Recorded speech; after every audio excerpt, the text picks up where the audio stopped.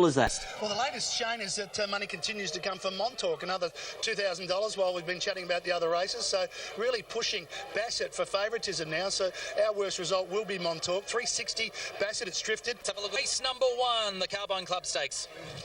To begin with the Carbine Club Stakes. Set their racing. And the favourite Bassett jumped well. Deadly Secret was the one that was slow to move, and he goes straight out the back, and Mahuta pinged away, found the lead ahead of Takeover, moving up quickly on the outside, and now runs to the lead. So it's Takedown who settles in front of Mahuta, and Bassett right up there third on the outside, and this trio race away. About 6 lengths on Montauk, Reddington, and they're being followed by our Rocky last on the outside. Up to the bend they race in the Carbine Club, and Takedown by 2.5 to Bassett, the favourite second. Mahuta is third, and they're followed by Montauk, who's poised on the outside. Tavachi coming deeper around him as they run around the bend now, and then came Deadly Shadow.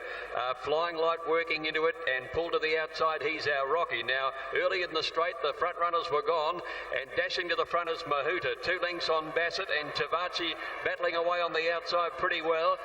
They're followed by He's Our Rocky. It's Mahuta in front. Bassett now straightened up, coming after him. Mahuta about 3/4 to Bassett now. Will he run the mile out? Mahuta's giving plenty. 100 metres to go. He leads by a length to Bassett. Patch Adams starting to fly. Mahuta gives it all though, and Mahuta got in by a half. Photo for the minors between Patch Adams and Bassett. Ahead of He's Our Rocky, who made ground from last, and then came Flying Light Tavachi. A break in the field at Takedown, who led and weakened out of it. Greddington battled only. Then came Deadly Shadow, and a bad last in it is Montauk.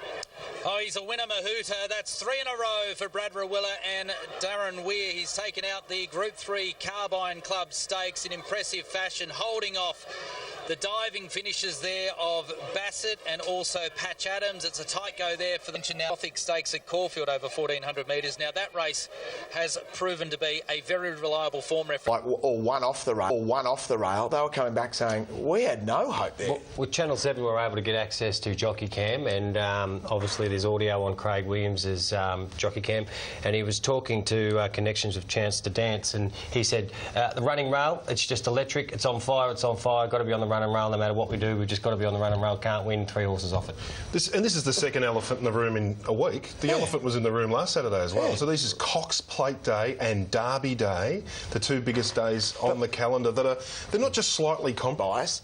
Yesterday, a same sort of scenario. I mean, by the air rating of the track, and I'm not a track expert, and I've got nothing but respect for... I think social media would have went mad. The track, Mick Goody. Yep. You copped a bit, didn't you? Yeah, well, sometimes you live by the sword, you die by the sword, so... What happened?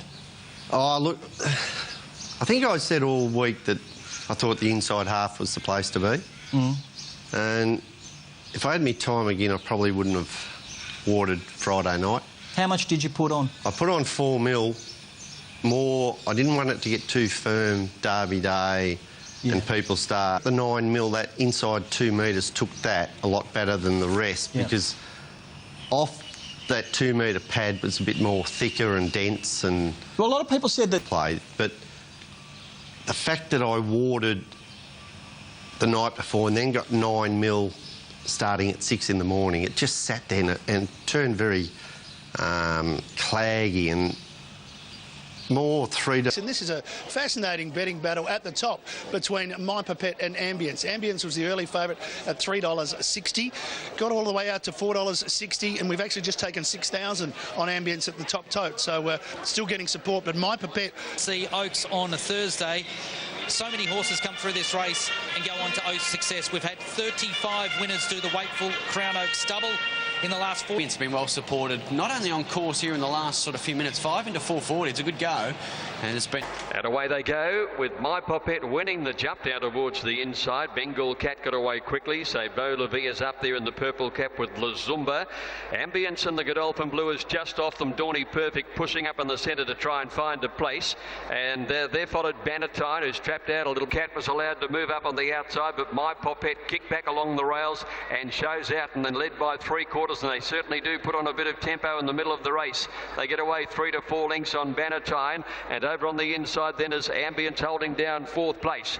As they run down towards the 1,000 metres, there's a 3-length break to La Zumba, and then Beluga Blue, then Dawny Perfect, niggled at by Cassidy, a length and a half on say Beau Levy, who's out 3 wide. Music is getting up on the inside with the grey flash as they went by the 800. Ritzy and Dawn of Hope are well back with Zara Beale and Princess Aria, and last is Ashley Marie. So the field in the Wakeful heads towards the 600, and it's My Popette leading from Bengal Cat. Coming around the turn, Bannatyne was allowed to move up and is joining those 2 fillies, and they were clear from Dawny Perfect when they corner in. Ambience is cutting the corner down on the inside, and then came La Zumba, and back behind them is Beluga Blue trying for an inside run. So they put the 400 metres behind them, and My Popette led narrowly from Bengal Cat. They're both flat out, and Beluga Blue's getting a run on the inside, and Ambience just all of a sudden appears and pounced. And at the 200, Ambience took over and dashed away. She's looking pretty good.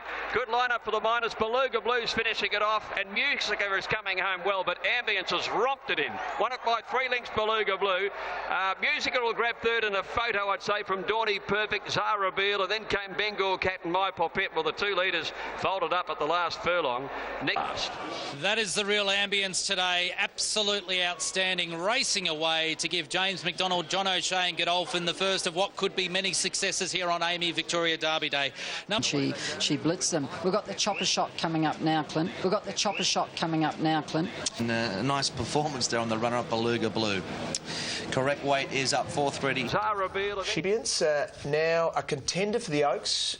Can she beat Sacred Eye though, Matt? It's funny, isn't it? The day Ambience went around and played after, and I think we all thought, well, we think we know which one we want to be on. And but you know, you can't. The Wakeful form's irresistible, Simon. If you win the Wakeful well, invariably you're going to go run really well in the Oaks. So I think Sacred Eye suddenly has a legitimate threat on her hands here. I don't think she can beat Sacred Eye, but I think there's 3 very high-class fillies leading in the Oaks, and Ambience is 1. Okay, let's have for the Oaks, and 350. Well, taken over for favouritism. Wow, that's a big call. 350. Sacred Eye 360. Drifted out and beautifully here, and our Popette set the nice pace here, and she got the beautiful split between them, and she was still travelling here. Just had to come across the heels of the second horse there, and still now he gets to work on it. And this is what I liked about her. The last 200 metres of this, she does look like she gets at least the 2,000. Whether she gets the 2,500 is a question. But she got the 2,000 properly yesterday, and I think she's a real chance in the Oaks. Yeah, look, leading into this race, I thought in that run, she may have been flattered by getting that inside run there, and in retrospect, when we look at the whole day, maybe Dawny Perfect in the worst part of the run, the going here, right in the middle, there might be merit in her performance. And considering... Good run. Yeah, considering that if you... listen to Mick, and we do get a heavy track, I want to go back to backup horses. Okay. Okay. So that form comes back into play for me. Matthew O'Hara, good to see her down in town, yet to win at 1,400 metres. Yeah, but he's run well at the trip, including one day Group 1 weight for age race at this trip. So jar out of the track's okay. He's in the game here in a really good value, 51 into $41. One horse jockey James McDonald has a key runner here in a bet on Artley when we push it out to $7.50. The money continues to flow for this Lee Friedman, Damien Oliver runner. So it's going to be clearly the best back runner of the day so far. And Misty Utopia missed the start by 2 to 3 lengths. Hosting goes back as well. Artley jumped well. Charmed Harmony coming over looking for the lead. Sadaka Ritchie's Vibe amongst the first few. Now let's see disposition. His settlings, second last. 1,100 metres left to go. Misty Utopia is not participating, and Charmed Harmony is working to the lead as they head to the 1,000 metres, but he hasn't been able to cross over. Artley's kicked up to retain the fence. Sadaka 2 lengths away. Red Excitement 4th. Ritchie's Vibe 5th the inside. About a length further back in the field then came Charlie Boy on the outside, followed by San Diego Massini, and there followed 9th Legion, and well back in the field Cool Company. Hosting. Disposition second last. In fact, he's actually last as Famous Seamus makes his move from the back of the field. So Artley on the outside takes over clearly before the turn. More than a length in front now from Charmed Harmony to second on the outside, and then the darker these leaders drift away from the inside. Plenty of room for San Diego, and also hosting and disposition. Oliver's playing for luck right over on the inside. He is finishing the race off pretty well at the 300 metres. San Diego with disposition coming at him. Charmed Harmony is wider out. Hosting is next and Artley boxing on. Disposition's come from last. He's hit the front on the inside. San Diego's going to make him earn it. Disposition and neck in front. That's a big win. Disposition beats San Diego a long head. 3 lengths to hosting Charmed Harmony, followed then by Cool Company, who got home okay. Richie's Vibe, Famous Seamus, and then Massini. And he was a long last. That is why Damien Oliver's one of the all-time great jockeys. What an outstanding ride. When things were going horribly wrong, he rode for luck. The breaks came his way, and he's got the well-back favourite home. Number 3, Disposition, has taken out the Gavira Stakes, and there's every chance he'll back up now. Let's get have a look at the stewards' footage here with Clint and Shane Dye. Victoria Derby Day. We're not too far away from the first of the Group 1 features, which is the Coolmore Stud Stakes over 1,200 metres for the 3-year-olds. But, of course, later in the program... From $1.40 to $1.65. So, punters, you have to decide whether that's a price you want to take, or do you want to sit and wait and maybe see if it drifts a little bit further. Counter-Attack is the best back to beat it, but most of those bets... Stud Stakes, a race that's been run at Group 1 level on Derby Day since 2006.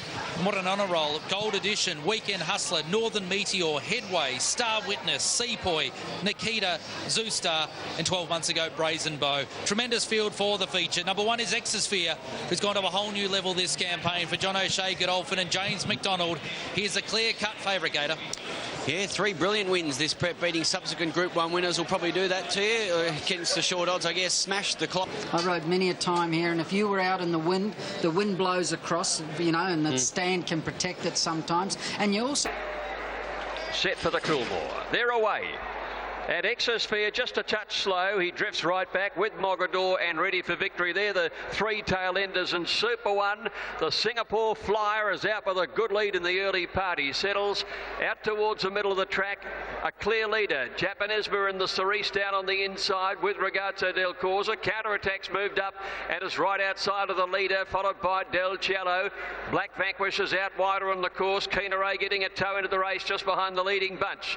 Then Hellbent. Now Exosphere back 3rd or 4th last with Sebring, Sutton, Mogador and Ready for Victory at the tail end.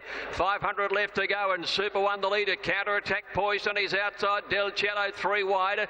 Japanesma in behind them now. Exosphere's worked his way to the outside and he's about to let go as they race to the 300, and then came Hellbent and Mogador. They come to the 300 metre mark now. Counter-Attack took the lead. McDonald really urging on Exosphere. He's had to pull the whip, and Keener Ray's come through in the middle, and Japanesma's got up on the inside. It's going to be a boil over. Japanesma dash through on the inside from Keener Ray. Japanesma's a length in front. Japanesma a length and a half. Keener Ray. Counter-Attack ran 3rd. Exosphere a very disappointing 4th. Then Mogador, followed by Del Cielo, Ragazzo del Corsa. Back behind those to finish was Hellbent, and then Ready for Victory. Chris Waller does it again. 3rd win in succession in the Coolmore Stud Stakes with Japanesma at a big prize, $25 plus. And Glenn Schofield gets a Group 1 success here at Flemington, an outstanding win. He's missed a place. He's finished 4th. Numbers here 5, 4, 6 and 1. The 1,200 metres for the Group 1 Coolmore Stud Stakes has been covered in 109.5. Doesn't matter whether the track is good, whether the track is soft. He is just building an imposing CV. Good efforts by those behind. Keener Ray has been done a phenomenal job through what has been a fairly lengthy campaign. He's measured up each and every time. Yeah, it's been a long preparation. The owners also knocked back a sizable amount of money, and I put myself on the line. Said he's a Group 1 horse. You talk about the Ingham. Yeah, up on the inside again of the rail there for Japanesma, but let's not talk about that. Let's concentrate on the fact that Chris Waller gets his first Group 1 for the Ingham family, a horse they bred. Congratulations. That was spoke to Lynn Ingham, Deb Capitas. They were all crying their eyes out. John was there as well. It means so much to them. Super Ones leading up. Now watch what happens when we go to the Jam and they and we watch for this slipstream running rail. Now Keener Ray and Japanese come together to try and take the same run the counter-attack goes through as he hits the front. Watch this. Kina Ray says, I'm going better than you, I'll take the run. But then counter-attack stays off the fence, opens the door in that slipstream for Japanese. Glenn Schofield shoots through. Exosphere comes back from 4 pairs back after just jumping OK. He loomed up like he was going to go onto it, but could not win. I'm just thinking... Chasing this, was he flattered though? Well, it was early in the day when the track was playing towards the fence. There's no doubt about the track was better against the fence at this time of the day. Now, Exosphere, well, yeah, probably all day. It evened up a little bit later, but not much. But he got out there, he's probably 5 horses, 6 horses off the fence there, and that wasn't the place to be. Japanisma right up hard against the rail here, sat behind the pacemaker, Super 1. And look, this is a huge turnaround. Japanisma wasn't in the same class as Exosphere in Sydney, but he's turned it right around there. Yeah, you might say he wasn't in the same class, but it's easy after the ball. Remember, he bolted. He was fresh in that race in Sydney where he set it up for Exosphere, and he set up that fast time from the front that day, and he bolted. But this... Schofield switched him off just off the speed here, and that was the difference. He sprinted. We know he's a good horse. You know, he's been competitive all. He's been the find of the winter, this horse, and Chris has done a great... All more in a row. And all cup. Back to racing.com. A spot in the Melbourne Cup is up for grabs for the winner of Race 5, the Lexus Stakes. And it's a fascinating betting race because we've had a bit of a move around at the top. All the early money today was for Excess Knowledge. It was $6 into $4.40, but it's starting to drip back out again to $4.80. We also took 6,000 on horses to get into the Emirates Melbourne Cup on Tuesday, and it looks to be an intriguing betting race here. Good solid support, Excess Knowledge early in the piece. There's been some money for Bohemian Lily late on. Ethiopia a bit awkward out of the stalls. Antigua jumped well, so did Bohemian Lily. High Midnight is up there in the early part with its stablemate Ruling Dynasty on the rails.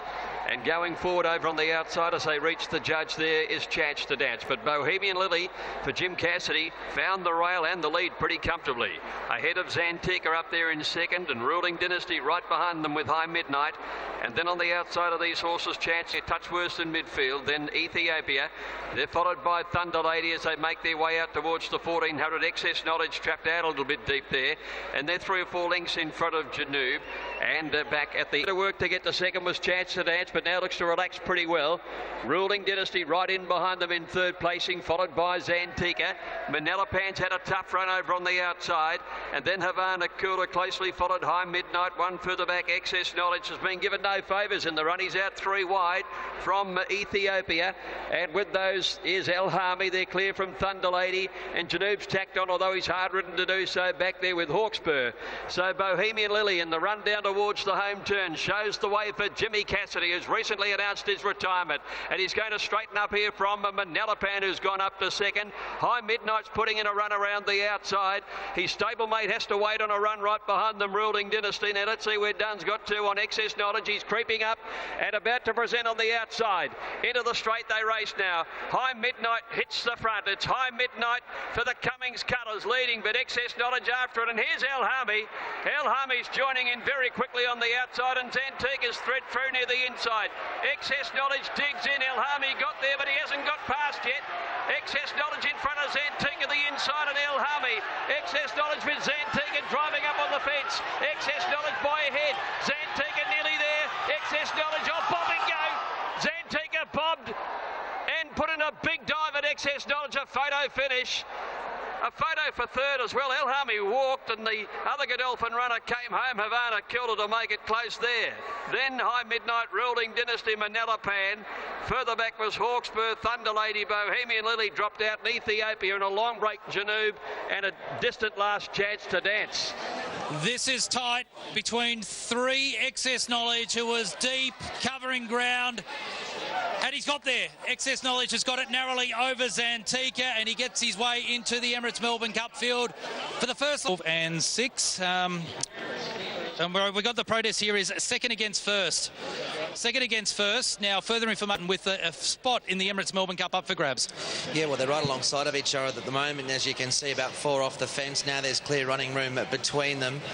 And, well, the eventual winner shifts in a touch there, maybe brushes him, but they had clear running the final 200 metres. It seemed as though Shane, they sort of drifted apart again, and Santeca... Protest second versus first was dismissed. Excess Knowledge wins and takes the Cup Club owners, Ross Heron, Jack Bongiorno, all the Ferrente owners, takes them all here. Emirates Melbourne Cup mounting yard for Excess Knowledge. Geez, Gabe Waterhouse, grandstand jockey, she was riding him hard up there in the grandstands just to get him home there. Just the other way. Ultimately, it didn't. I'm not knocking the helicopter view. I just think it kind of exaggerates interference a bit. I'm not really following you, Matt. I think every... And 7 as we look at the big guns for the Group 1 contest. And we start with the defending champion, number 2, Happy Trails, Paul Bashara and Dwayne Dunn. But before we talk more about that... Stratum Star is the favourite, but it's at $6, so we've got $6 the field. There's been a couple of good bets for Stratum Star and Happy Trails, the place. So we're looking at sort of $15,000 and $25,000 the place for that. Happy Trails is now at the $6 mark as well, so equal favourite. Contributor had some money early, but now it's a drifter out to $8.50. Galo Shop was a real shortener this morning into $8.50. Pornichet and Flamingo Star. Horses now for the yard for the Longines McKinnon. Defending champion is number 2, Happy Trails. Gator on the back half. Meters, Gates are back and they're off and racing, and Rising Romance crowded, weary a little at the start. Stratum Star began well, and so did Flamingo Star. Set Square and Galo Shop are just off them in the early part, and Ecuador's going to settle down about 6th or so. Bit of a battle going on for the lead. Williams doing some work, but he's eventually making Stratum Star edge his way over, and he's going to take up the running ahead of Galo Shop, Flamingo Star, Rising Romance 4th, settling on the outside of Set Square. They're followed by Ecuador, Pornichet. Galo Shop has taken up the running. Stratum Star allowed him to go after doing some work early, so he's a length and a half away. He's second, and Flamingo Star is third on the outside, closely followed by Set Square, who's getting a dream run, and then Rising Romance one further back, Ecuador, who's over on the inside, and then Pornichet. Magic Artist next is Contributor. Happy Trails Index linked. Extra Zero and Weary still brings up the rear as they're making their way down to approach the home turn. Gato Shop's had a nice run in front under Mellum, leads by about a length here from Stratum Star. Flamingo Star coming on 3 wide. Set Square's had a dream run right behind the front runner, then Rising Romance as they come around the home turn. Back behind those horses then Ecuador, Pornichet, Magic Artist no run at the moment, and then Contributor. Happy Trails about third last when they swing around the turn. Gato Shop first for the judge from Stratum Star on the outside, and Set Square looking for the out. It hasn't quite come yet. In the meantime, Rising Romance has sprinted up on the outside, and here's Contributor followed by Pornichet. Rising Romance race to Galo Shop. Set Square not quite in the clear. She's battling a bit, and Contributor next on the outside. Rising Romance narrowly. Galo Shop coming back well. Galo Shop regains the lead. 75 to go. Galo Shop in front as he hit the line. Galo Shop fighting win from Rising Romance. Photo for third between Contributor and Magic Artist. Had he got clear, he might have made it completely different. He was flying along the fence. Then Set Square, Ecuador, Extra Zero, followed by Happy Trails. Back behind those, Weary, Index linked.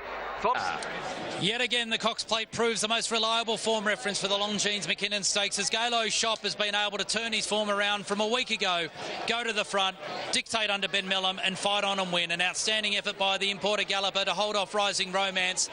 The desperately unlucky Magic Artist, we'll talk more about that later. 6, which is well outside the course record, as you would expect here, but what a fighting. Between Contributor and brilliant win to the OTI team. Congratulations to Simon O'Donnell and Terry Henderson and Mrs. Archibald, all in the ownership there. Well done to them. At $8 it started. They really came for the son of Deportivo. Terrific win. Yes, you'll be happy. Francesca Kumani leading Galo Shop back into the mounting yard. And for OTI too, and our stablemate at Channel 7, Simon O'Donnell, it was a huge thrill. Look, the couple overhead shot. Oh, there's the overhead shot. Which we all love, mind you. At some point in the very near future, Ben Mellum is going to be recognised as one of the absolutely elite jockeys in Australia. I think you have absolute faith in Ben Mellum in everything or anything he's in. I think the money came for Gallio Chop because the track got softened up a bit and it was going to be on that escalator. Look, and Look at Brendan Abdullah. Look at him climbing over heels there on Magic Artist. He's very lucky not to fall because he's right on the McKinnon Stakes. Let's go to the replay, Richard. And once again, the fence on fire. Galo Chop just kept fighting. Well, Ben Melham got him straight out of the gates, and in the first couple of 100 metres, he took the lead on the horse, and the horse relaxed beautifully for him in front. He just let him coast along here. He was untouched, and no one really pressured him. And there's Stratum just starting to get on terms with him there, but Galo Chop still got a little bit to give. Now, I looked at Rising Romance coming up here in the blinkers and thought, OK, how far this? This is just going to win. And his contributor appearing in the Godolphin colours on the scene, he looked like he was going to claim Galo Chop. But old Galo, he's got that awkward, ungainly action, and he got his ears sticking up in the air, but he just keeps finding. Look at Magic Artist on the rail there. He's had no luck at all. He had to ride him for luck there with the track Avdulla, and it probably backfired. He was desperately unlucky, but we won't blame the jockey. We'll just blame the pattern of the day there. Yes. But look, he bounced off that hard Cox plate run, Galo Chop. He franked that the bias was terrible there last week as well, where he was off the track. Yep. And I reckon that Cox plate run just took the sting out of him. And he pulled hard there, and he got into a different style of race, a different pattern of race, where this horse just got into his European rhythm, and he showed what he can do. Yeah, I did. Day, the Group 1 Amy Victoria Derby worth $1.5 million. It's the classic race for 3-year-olds. It's the true staying test. A massive crowd building here at Flemington for the start of Tarzino. It's not the big shortener in the race. It's got out to $3.40, back into $3.20. Kiora Kutu is at $7, but the big shortener of late is now Lizard Island into $7, almost halving its quote from the $13 mark. Get the picture is in from $10 to $9. Quote price around the same there. Kiora Kutu, interesting runner over from WA, unbeaten. Stepped to 2,200 last time and beat. Timing, Shane, that you were talking to Mick Price, because the confidence has come back for the favourite. Another $20,000 bet, so Tarzino now back into $3. So got to... And the gates are back. They're away and racing. Etymology in the middle of the line was the first one to bounce out. And the favourite Tarzino and the white blinkers up there with Palace Tycoon. Red Alto ridden aggressively. Lizard Island restraining. Kiora Kutu pushing up on the fence. Colonel Custer coming over from deep out, and he's having a look for the lead as well. 2,200 to go. Palace Tycoon leads out of the straight. Moving up to challenge him now. Colonel Custer running to the front now and moving around the outside. Shards. Then the favourite Tarzino, who settles down in fourth placing, is just a little bit keen at the moment. Here's Rocker starting to creep round the outside for the Gouts now, and Kiora Kutu is getting a nice trail just behind them. The pace slackens off, and there's ripping around the outside Iron Boss with a fast move which will take him to the front. So as they settle fully now, Iron Boss takes it up, leads by 2 lengths. Second is Shards. They get away 4 lengths on Colonel Custer. Ayers Rock. Lizard Island posted a bit. Tarzino a bit keen. Palace Tycoon down on the in and of choices towards the tail end. Extra Choice and Scadden's runner bringing up the rear. 1,200 metres left to go, and it's been a very ferociously run derby, and out in front Iron Boss. Shard sits right on his hammer, only a length and a half away, and there's 6 lengths. There's Rock, Colonel Custer, Lizard Island, a length further back Palace Tycoon, a neck the outside, then Etymology. Kiora Kutu about midfield on the inside now from Tarzino. Red Alto about to pull out and go, and then came Get the Picture, who's held up for a run on the inside as Pay Up Bro starts a move. Jadir got into trouble there and lost some ground. They're bunched right up. Extra Choice and Scadden's run back towards the end of the field now. Red Alto deep out on the course has gone up to challenge. Here's Rock and Shards, who'd found the lead on the inside. It's coming around the turn now, and Lizard Island has come with a run to join in also, and here comes Tarzino in the white blinkers right over on the outside, and Kiora Kutu's weaving through. Pay Up Bro came with a run. In the straight they race now, and Tarzino raced up to challenge Red Alto and Lizard Island, and he's run to the lead. Here's Pay Up Bro starting to finish well, but Tarzino broke away from them. Etymology ran on into second placing. They're followed by Red Alto, Pay Up Bro and Kiora Kutu, but Tarzino clear. Etymology 2 lengths away, 100 left to go. Tarzino's going going strongly, and Tarzino won the Derby in terrific style. Etymology second, a photo for third, 3 or 4 lengths away. Maybe Kiora Kutu will nab Red Alto. They got clear then from Pay Up Bro, and behind those Colonel Custer, Skeddon's Run, Lizard Island and Shards. A Break Palace Tycoon, Get the Picture, never at the post, and came straight into the Roses Run. An outstanding staying performance here by Tarzino to give Mick Price his first win in the Amy Victoria Derby. Beautifully handled by Craig Newitt. He was on speed. With the Group 1 ride on Tarzino in the Derby, outstanding. Oh, mate, he's outstanding. He's just an out-and-out star. He's got class written all over him, and he just gave me the perfect ride today, mate. Task there over the concluding stages. Great scenes here. $2.90 and $1.60 is the totes there for the winner. $3.60 the place for the runner-up. $2.20 there. Craig Newitt stands in the irons. A brilliant win on Tarzino, the favourite, who has been the favourite for the last 3 weeks ever since the eye-catching run in the Caulfield Guineas. Etymology runs second, and the Perth horse Kia Orakutu runs third. Tarzino and Etymology, about 600 metres out, did appear to be the 2 runners that we needed to concentrate on. And as we start to dissect the vision, fascinating tactical battle between Craig Newitt and also James McDonald. Well, it all started to unfold when Red Alto loomed up outside of Froggy, and he thought, OK, they're starting to take off a little bit early, but he entrusted in his horse because he'd had a beautiful run after relaxing. That 1.25 mile Froggy gallop, that straight 400-metre back straight run when you ride there, yours just there. Yeah, right there, you've got Etymology inside you there. Coming off the back, I knew it didn't matter how wide I was, I just needed cover and a toe into the race so that on top of the straight, we were on top of him, and he was still going through his gears. So here you're 4 horses deep. You got Etymology, your hardest to beat, back inside you. Did you know he was there? I knew he was there. I could see him really travelling, so I just wanted to count to 10. Hold him in. As slow as I possibly could. Felt like I counted to 30, but I knew once I'd sort of got to about the 350, when I pushed the button, I knew my bloke was going to be strong right through the line, so they were going to have to be running some pretty good time to run him down.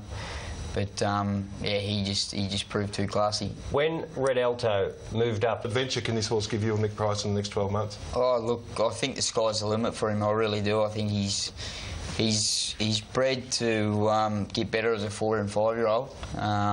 Before, but as it turns out, he was the best horse on the day, no matter where they rode him. Exactly. I think he was the superior horse over the 2,500 metres. I know they all go there for their first time.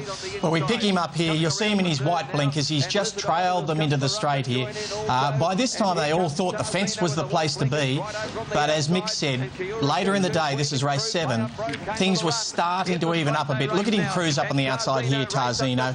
Now, the horses on the inside, they had to do a little bit of work to get to where they were, because everyone wanted to be there, so it didn't surprise me that they found it a little bit tough over the last 200 metres. Watch Craig Newitt here. He goes to the front and he immediately crosses back over the fence to make sure that there's no advantage for something coming up inside him.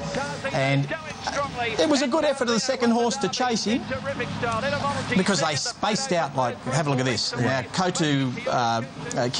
I thought it was a great ride, a great high-pressure ride. He was under a lot of pressure, Newitt. He's on the horse they've been talking about for months and months that's going to win this Derby. When they said they were going to go forward with him, I thought, oh, geez, that's a brave move, because this horse can get on the bit and travel a little bit hard in his races where they've been dragging him out the back. He travelled well. But he put him in a beautiful spot. I think when that horse took off with Tommy Berry there mid-race, I think he thought, oh, thank God for that. Yes. Because that did help him settle a little bit better. But always in control. Good horse. Etymology was great. And, look, he... occasions, third on 2 occasions from her 9 starts at the trip. She's an outstanding mare, but she's coming back from the Caulfield Cup. Since this race was elevated to Group 1 status in 2004, we've seen some outstanding mares win it in that time. Miss Potential, Lateria, Lyrical Bid, Divine Madonna, Forensics, Typhoon Tracy, Sacred Choice, Hurdle Myrtle, and in recent years, Appearance, Red Tracer, and last year, Benaria for Paddy Highland. You'd never go in at Flemington. You'd normally come out when you've had a nice run, but I've instructed him to go in. David, just with her, this is definitely the grand final of her campaign. Will she have a spell now? Yeah, at this stage, we'll just see how the run goes. And as we heard from David Hayes, a lot of them will be riding for luck. Yeah, well, you look at Royal Descent.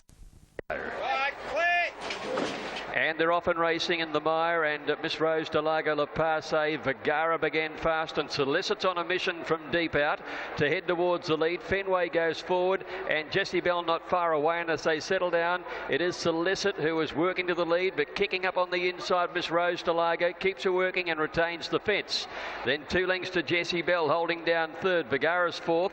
Next is Fenway on the outside, and then La Passe in the fluoro colours, 1.5 lengths in front of the favourite Royal Descent May's Dream.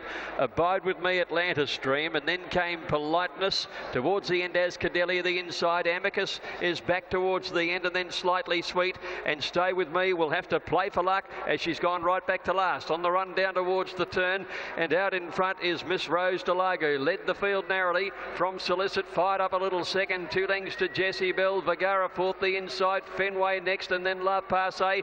Royal Descent May's Dream round the outside, and then Abide With Me and Politeness. Atlantis Dream has Cadelia. Well back in the field as they called it was Amicus. They're followed then by Slightly Sweet, and still Stay With Me is last. Around the bend now, and Solicit moved up and went to the lead narrowly. Fenway runs on, then Jessie Bell searching for an out. May's Dream about to come on. Miss Rose Delago was battling. Politeness is starting to join in on the outside, and then came Amicus. Wide out on the course was Stay With Me. Politeness dashed to the lead at the 200. May's Dream goes with her. Fenway fighting back. Politeness narrowly from Fenway and May's Dream. Politeness clinging on near the line, and she's too good. Politeness won it from Fenway as Cadelia again flashed home. I think she grabs a third from May's Dream. Amicus and Stay With Me next out wide on the course. Royal Descent didn't finish off, and she's followed Slightly Sweet, and Jessie Bell followed further back in the field then by Solicit. The next mare over, Rose Delago. An outstanding win by Politeness. She's 3 from 3 this campaign, and we'll see a bit of emotion, no doubt, coming up very shortly, because Phil Sly, who's been battling cancer for a long time, he's here trackside to cheer her on.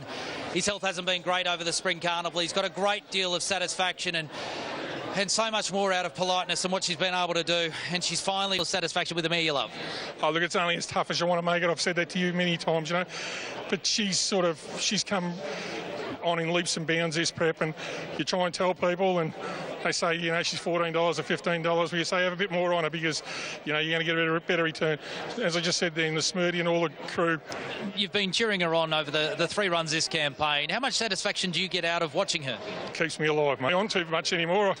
I had that $50,000 bonus from her last time, and I said, can we have that on? So we might have demolished a fair amount of that, but you know, most of that'll go to charity, to pan care, and that's what we try and do. We try and spread it around amongst all the people who, you know, need a little bit, and Katsumi's very much for it. So yeah, to all the people out there, pan care, we can be pretty happy that we've won this one. I think that's so important, of course, because I won't take my shirt off because I look like a 3-year-old with mumps, you know, or measles. But you know, hopefully it gets better in the next few weeks, and you know, I can sort of start to get a little bit of energy back. I'm a little bit sort of knackered now, but that's a good. So many eye catchers in behind, but let's not get away from the winner, who was 1,200, 1,600 metres, covered ground, worst part of the track, still had the audacity to roll into the race and look like he's going to bolt in. The eye catcher was obvious though, and she runs third and runs, can you believe it, 11.65 last 200. Oh, she was huge. And Lukey Curry had no options at the top of the straight. He was just clipping early, following May's Dream, he's following Fenway. It's a good clip, as you can see. Watch Ascadelia at the top of the straight, third last there in the light blue colours. She just got nowhere to go. Watch her with Luke Curry. He has to come out, try and go with Stay With Me when the horse has already bolted. Forgive the punt, but Dwayne, then when he presses the button, he really entrusts in Politeness. She's had 2 Group 3 wins and now claims her Group 1, and she'll probably hang around for the autumn now, Maddie, before she heads back to Japan with Mr. Yoshida and start her breeding career. Froggy was hinting earlier at the things in life, and you know, this mare was out of form last time, and she's won 3 in a row. Phil Sly is gravely ill, and said basically that this is the horse that's keeping him alive. A lot of pressure, unintended pressure on Robert Smurden there, isn't there, to let's get this mare distracting Phil by winning and things like that. And where it sort of raced the traditional Flemington. Well, they went out warp speed, didn't they? They did. They all wanted to be on the fence, you know, and rightly so. That was the way the pattern was playing, but it allowed the race to play out like this. And you see Politeness there, the white cat. She peels to the outside. Fenway's about to claim the lead speed here. The leaders are going to get a little bit tired because they've done it pretty hard. Fenway was a big improvement from her last start when she basically went awfully. But here's Politeness, arrives on the scene, and I thought, well, I wonder if you'll go on with the job out there. But as soon as I thought that, she put the race beyond doubt. Yeah. What a training performance. You know, she's 1,200 to a mile here in a big Group 1 by Robert Smurden. She'd had a trial in between. There's your run of the day there. Ascadelia. Oh. Yep. That's your run of the day. Now, have a look at her at the back, Ascadelia. She's right at the back looking for... she's come out in those pink and white colours there, and now she's got a bit of clear running space, and you'll see her duck back inside horses here because the gaps come inside. Look, if she had got perhaps an even clearer run, even from the back, she might have won. No, she was tremendous there. And okay, how does... Lucky last, and it's been a bit of a roller coaster ride with the betting in this market. It's gone up and down with a few runners in particular. Under the Louvre is the favourite at $4.20. Now, Delectation did get into favouritism at one stage. It was $4.40. Under the Louvre was $4.80, but that's turned around now. Delectation back out to $5. Dothraki into the parade ring for the tap.com.au stakes, which is a Group 2 sprint over 1,200 metres worth $302,000. Hike the clash last prep, didn't they? And there wasn't much between them. Under the Louvre, those... They're ready for action. Up the straight, and they're off and racing now. General Leifer and down towards the inside. Under the Louvre began fast. Delectation jumped evenly. He's going back towards the outside. A Clear Choice and Hot Schnitzel were away quickly. Dothraki's not far off, and Bring Me the Maid is up there too, settling down around about third. It's a Clear Choice going to the front as they settle fully into stride. Leads from Bring Me the Maid and the white blinkers. General Leifer down on the inside. Hot Schnitzel, red blinkers is prominent. Tracked up by Dothraki now. Under the Louvre gets back about 3 pairs on the inside. Fontalina makes ground out wider. They're followed by Delectation. Churchill Dance, a moment of change. Neudart towards the end, and Kaepernick was last of all, so they join the course proper. And a Clear Choice, the leader from Hot Schnitzel. General Leifer, Dothraki wider with Fontalina. Now Under the Louvre still buried away, can't get a crack at them at the moment. And coming on back behind them, Delectation also held up. A Clear Choice in front of Hot Schnitzel. Dothraki, and behind them General Leifer. It's a Clear Choice in front now. General Leifer can't get out. It's a Clear Choice from Hot Schnitzel and Dothraki. A Clear Choice hanging on goes all. The Clear Choice wins it from Hot Schnitzel, Dothraki, and a lineup of hard luck stories behind it. Delectation and General Leifer and Under the Louvre. They'd all tell you, I should have won. They're followed further back in the field then by Bring Me the Maid, Fontalina. Straight to the front, a Clear Choice to the rail. He's dictated and he's kept going to win. Number 9, a Clear Choice for Philip Stokes, continuing his love affair with Flemington during Emirates Melbourne Cup week. And Dom Tanur in the saddle. He's held off Dothraki and Hot Schnitzel. Number Philip. Thank you. Philip Stokes winning the final event there. A Clear. Pretty good for them this year. Yeah. Well, he got in the right spot though, didn't he? You see him here, he's just coasting outside the leaders, probably a couple off the fence there, and he's looking inside to think, I want to get over there, Dom. Come on, Dom. And he did it with style. He did it with poise. I love the way he got across. Yeah, he just crossed the field and he got in there and he thought, OK, now I just sit here for as long as I possibly can. I was watching Under the Louvre, who's sort of sneaking up on the fence there behind. You know, he'd had the good recent form around disposition and that, and I thought, oh, maybe it's his turn today, but he sort of didn't... He got into here, but he didn't sort of get a clear crack, and I don't think it was an excuse anyway. Leaders just kept belting along, second horse outside him, just kept chasing him, but couldn't get him, and, you know, it's just the way the race panned out. Yeah, a bit embarrassing, wasn't it? Great ride. I thought it was just a great tactical ride. He'd watched the races all day, obviously, and these straight racing, some jockeys are scared to go forward. All right, so the market as well.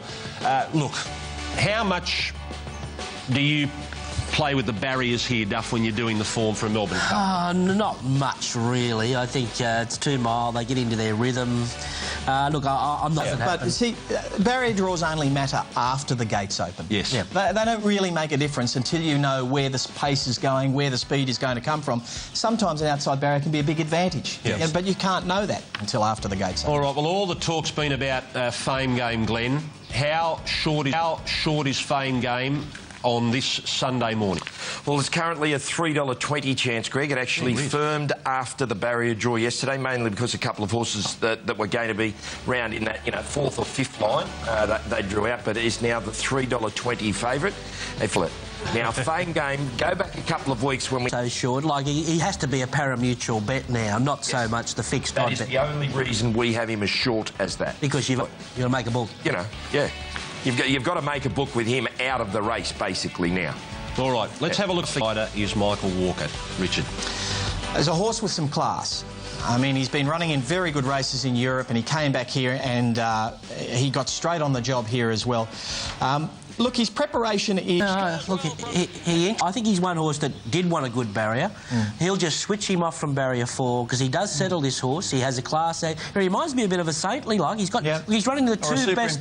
He's running the two best weight for age races, the Caulfield Stakes and the Cox Plate, and he's run brilliant in both. $3.20. The Japanese have done it before, and this horse, Frankie Dettori, rides. Have you got your head around Max Dynamite? Well, I thought I did until I see his 12-to-1 chance. Can you tell me why? He's won 3 races. 2 of them have been in hurdles. He's a jumper. He's a vintage crop. He's the new vintage crop. Look, I'm not potting him, and I was thinking, he might be a good 40-to-1 chance. Glenn, why is he $13? Yeah, he's been one of those horses that hasn't got out despite the fact he hasn't been here. And in fact, last night was 12 into 10 straight away after the drawing barrier 2, but it's got to $13. But that's 4th pick. I think we should go to Andrew Lejeune here because he knows this form as well as anyone does. Don't worry about Willie Mullins, the trainer. He's a brilliant horseman. It'll be well prepared. Andrew. Absolutely, yeah. Trip to Paris dropping out there, probably needed a break, and this is a race that Big Orange lost a shoe in, so ignore that. But this is obviously a very, very good run here, a good win as well. But this is back in August, so he's first up since then. He's been very impressive at track work here, and Willie Mullins, a lot of confidence behind him as well. Rich Ritchie, a very colourful character as well. Of Penzance now. DK Weir, Michelle Payne has the ride. Prince of Penzance. Firstly, what price, Glenn? He's a $71 chance, so only has Quest for More and Sartorius longer than him. Oh, look, he ran his best race last start, didn't he, in the Moonee Valley Cup, but it was aided by the bias. Look, he's in a good stable. He's got a little bit of speed to put himself in the picture for a while, but I doubt whether he'd have the quality in a field like this. Well, maybe he's a leader. I mean, he led in the Moonee Valley Cup, and he battled on very hard, as you said, aided by the bias, but there was a very, very quick time there. And he has led and won before, albeit in shorter races and of lesser quality. But he may be the one that can just, from barrier 1, jump up onto the lead there and lead them along. I don't think he's got the class to win the race. I think he's an honest fella, but I just don't think he's there class-wise. This isn't the right race, is it? I wouldn't think so. I wouldn't think so. They've scraped into the field. United States is there as well. Yeah. Well, his previous run, he was, beaten, 8 lengths by Amrolla in the Herbert Power, and prior to that, Escardo beat him, so it's hardly the form. And like I said, this was a really biased, orientated race here, and the first and second were up the rail. She got lapped just. Well, I think it's another way from Fame Game. I think he could win by a margin. It'll be a runaway victory for me. Richard, like you, Duff, I think that the Caulfield Cup form is the right form. I mean, we have to go on recent form. It's very hard to go on anything else, and I rate the Caulfield Cup as the best of the form races. I love the run of Trip to Paris. I know he'll run. Well, I'm just waiting for the tips to come up on screen so I can remember them. I think I said them through a 10 last night. But I'm going to go against Fame Game for no obvious reason other than I am. Glenn Munsey from tab.com.au, your top 4, please. Yeah, and I studied the book, very, very long and hard when my tips Fame Game. I think it's a situation we had in the Derby here on Saturday. Singing from the same song sheet to a certain extent, I think the Caulfield Cup is the form race to be looking at. I've got Trip to Paris on top. I think he, as Tommy Barry said this morning, to beat Fame Game, but I can't. And there's a number of chances that it's Duff. If you like Fame Game, that's fine, and then you try and find these him in, and Max Dynamite's the other one I'm a bit scared of, but I think the obvious is Fame Game and Trip to Paris, as we've all discussed. Still at the top of the $5, $7 Trip to Paris, preferment at $9.50, Dave. Yeah, best backed with tab.com.au, and also it looks like it's shortening on the totes. Midnight it was $4.40, and now it's out to $5. So they can't write a ticket for Fame Game. Yeah, well, it'll be interesting to see what eventuates in view of the way this track's playing, because the horses out off the, we'll say, beyond 4 out from the inside, just aren't making any ground on the leaders at this stage.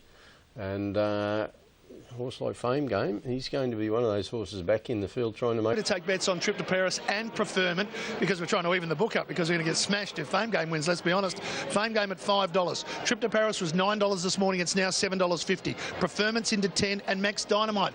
And we are paying tribute to Bart Cummings, who sadly we lost 2 months ago, the Cups King with his 12 Melbourne Cups. Yeah, that's right, a legend of the sport here. Based on a couple here at Flemington, but Fame Game, he's $4.80 fixed here on track, paying $6.20 on the tote at the moment. The market on course is trading at 114%. That might tighten up as we get closer to the Melbourne Cup Gator. We've seen some pretty tight markets throughout the day. Yeah, we have, and look, it may well be the best race we've ever seen on these shores. I mean, there's just so many outstanding lead-up runs. In years gone by, El Moonquith off that Geelong Cup win in fast time would be, $3 or $4, possibly. So, and he's 20 to 1 chance. You got the strong Bendigo Cup winner, you got the Turnbull winner at double figures. Just a fabulous race. They're off. Trip to Paris jumped well, so did the Offer, and Fame Game being eased in the early part of the race. Away pretty quickly, Who Shot the Barman, Sartorius, Criterion, Max Dynamite not too far away, down towards the inside. They're quite prominent. Over towards the outside, Quest for More is riding forward. Big Orange maintaining his line with Excess Knowledge on his outside, but they're both heading up towards the front-running horses. It's quite a bunch field, not a tremendous amount of speed about in the early part. Fame Game's gone right back. He has about 4 or 5 behind him, and he's outside El Moonquith. Quest for More had crossed down to the rails, and he has the lead, but they're not going particularly hard. Quest for More being joined by Big Orange. Excess Knowledge out wide on the course. He's posted deep without any cover. Snow Sky Pink Cap is 4th, and they're followed Criterion on the inside, and Trip to Paris gets a nice run. A length and a half, Who Shot the Barman, Max Dynamite, and then Sky Hunter on the outside. About a length and a half further back in the field is Bondi Beach, Prince of Penzance and Grand Marshal. Back behind those horses then is Our Ivanhoe on the inside, and then Hocko, Brave, Red Caddo, Sartorius, the Offer. About a length further back, Gust of Wind on the inside. They're followed then by the United States and Fame Game, and well back in the field is El Moonquith. Hartnell the outside, followed by Preferment, and a length away is Kingfisher. He's at the tail end of the field. So they make their way along the riverside of the course now, and the field is being led by Big Orange now. He's out by 2 lengths. Excess Knowledge is 2nd, Quest for More is 3rd, Snow Sky is 4th, and Criterion getting a beautiful trail 5th. A length to Trip to Paris. As they make their way by the 1,600 metres, next Max Dynamite, posted a little bit deep, then Sky Hunter, followed by Who Shot the Barman, Prince of Penzance. Then came Grand Marshal. He'd be dead set middle of the field at the moment, being followed Bondi Beach out 3 wide, and then Our Ivanhoe being followed by Hocko Brave. A length further back is Red Caddo. With him is the Offer over on the outside as they make their way down the back of the course, and about a length and a half further back in the field then is a Gust of Wind down on the inside. Back behind those horses then is El Moonquith, as a fair way back in the field. Sartorius was outside of Red Caddo, and they're followed now Fame Game. He'd be 20 lengths away from the leader. They're being followed then by Preferment at the end of the field. Kingfisher is still back last. Hartnell's about 3rd last. Coming up the side of the course, they race before the home turn. Big Orange from Excess Knowledge. A length away then, Quest for More. Trip to Paris. He's working into it on the outside, and so is Snow Sky wide out. Then came Criterion trying to find a way through. Round the outside came Sky Hunter, and Bondi Beach off the track is making ground too. Our Ivanhoe waiting for a run down on the inside as they bunch up around the turn. Now Fame Game, he's got to the extreme outside with the Offer. Big Orange first for home from Excess Knowledge. Snow Sky joining in, and now Trip to Paris is coming. They're followed then by Who Shot the Barman, going for a run on the inside as Our Ivanhoe. Coming past the 300 metres, Excess Knowledge went to the lead narrowly. Here's Prince of Penzance coming on down the outside. Prince of Penzance from Michelle Payne. Now Max Dynamite starts to charge home. Prince of Penzance from Max Dynamite. Prince of Penzance, it's history at Flemington. Michelle Payne. Prince of Penzance beat Max Dynamite. Criterion's run 3rd, then either Trip to Paris, Gust of Wind, or Big Orange. The next one's over. Just behind those horses, the Offer, and they're followed by Excess Knowledge, and back behind those then in the field was Fame Game, didn't come on, and they were trailed then by Our Ivanhoe. Further back is Bondi Beach, Hartnell, El Moonquith, Preferment, Kingfishers well back with Hocko Brave, Grand Marshal and Sky Hunter, and the United States are towards the tail of the field. Michelle Payne has created history at Flemington, the first lady to win the Melbourne Cup. It's taken 155 years, but we've now seen a female jockey win the Emirates Melbourne Cup. Michelle Payne, simply outstanding aboard Prince of Penzance, giving champion trainer Darren Weir his greatest success in racing. Extraordinary scenes here in the mounting yard. I've never seen anything quite like it. Michelle Payne with her brother Stevie Payne strapping the horse. It's well known Steve has Down syndrome. Darren Weir has done so much for Steve and done so much for Down syndrome Victoria over the past few years. They've combined together with Prince of Penzance to take the race. Number 19, Prince of Penzance, a famous upset but worthy victory in the Melbourne Cup. Second has gone to 8, Max Dynamite for Frankie Dettori and Willie Mullins. He was outstanding. Third in 2, Criterion, a huge run. Let's hear from winning rider. What a moment. Unbelievable, Sam. I lied in bed last night and I gave my chance a little time to think and dream about it. And I thought about it, imagine if I'm talking to you after these races. Unbelievable. It's like a dream come true. This horse is awesome. What he's been through, his Darren Weir, unbelievable training to get him here like this today. All of his staff, Jared, and unbelievable. This is a 3-year-old. He won here and I thought this is a Melbourne Cup horse. And he just felt like he would run the 2 mile out that strong, but far out. I didn't think he'd be that strong. He was still towing me into the straight, and when he let go, Darren Weir said to count to 10. I was trying to count, but I didn't count. I was just hoping that was long enough. And he just burst to the front, and he was powering through the line. That is just unbelievable. The connections with... Give him a bit of a dig, which I didn't want to stir him up, but I had to hold my spot where I wanted to be. I think Joe Moreira was a bit pissed off with me because he had to clip heels because he was trying to get to the fence and I was in there. And we travelled quite strong the whole way. He didn't really get to rest, but he was still in a rhythm. And from the 1,000, everything just opened up. I got onto the back of Trip to Paris. He took me into the race. I was actually clipping his heels. I was going that good, but I didn't want to check him. And then he just got into the straight and he burst clear. It's unreal, Sam. Outstanding from well back off the speed. This is all about Prince of Penzance winning the Emirates Melbourne Cup, the 155th running of the race in 2015, guys. Yes, phenomenal scenes out here, and Michelle Payne creates history, as you've said. Prince of Penzance at 100 to 1 wins the Melbourne Cup, and I'm sure the whole Flemington about the race is the gates. The first 3 home drew gate 1, 2, 4. They found the right runs on the fence. That's right. They didn't look to go hard early. Looked at 20,000. Bit of the first 4, 307 large. Fantastic. Hope a few of you out there had at least a little slither of some of that. But I'm dream come true, and going to enjoy it with these blokes for sure. They're a big part of it, and can't thank them enough. It's just the most unbelievable thing to happen to anyone. Let's talk through the Prince of Penzance story. When did he first come into your attention that he might be a Melbourne Cup horse?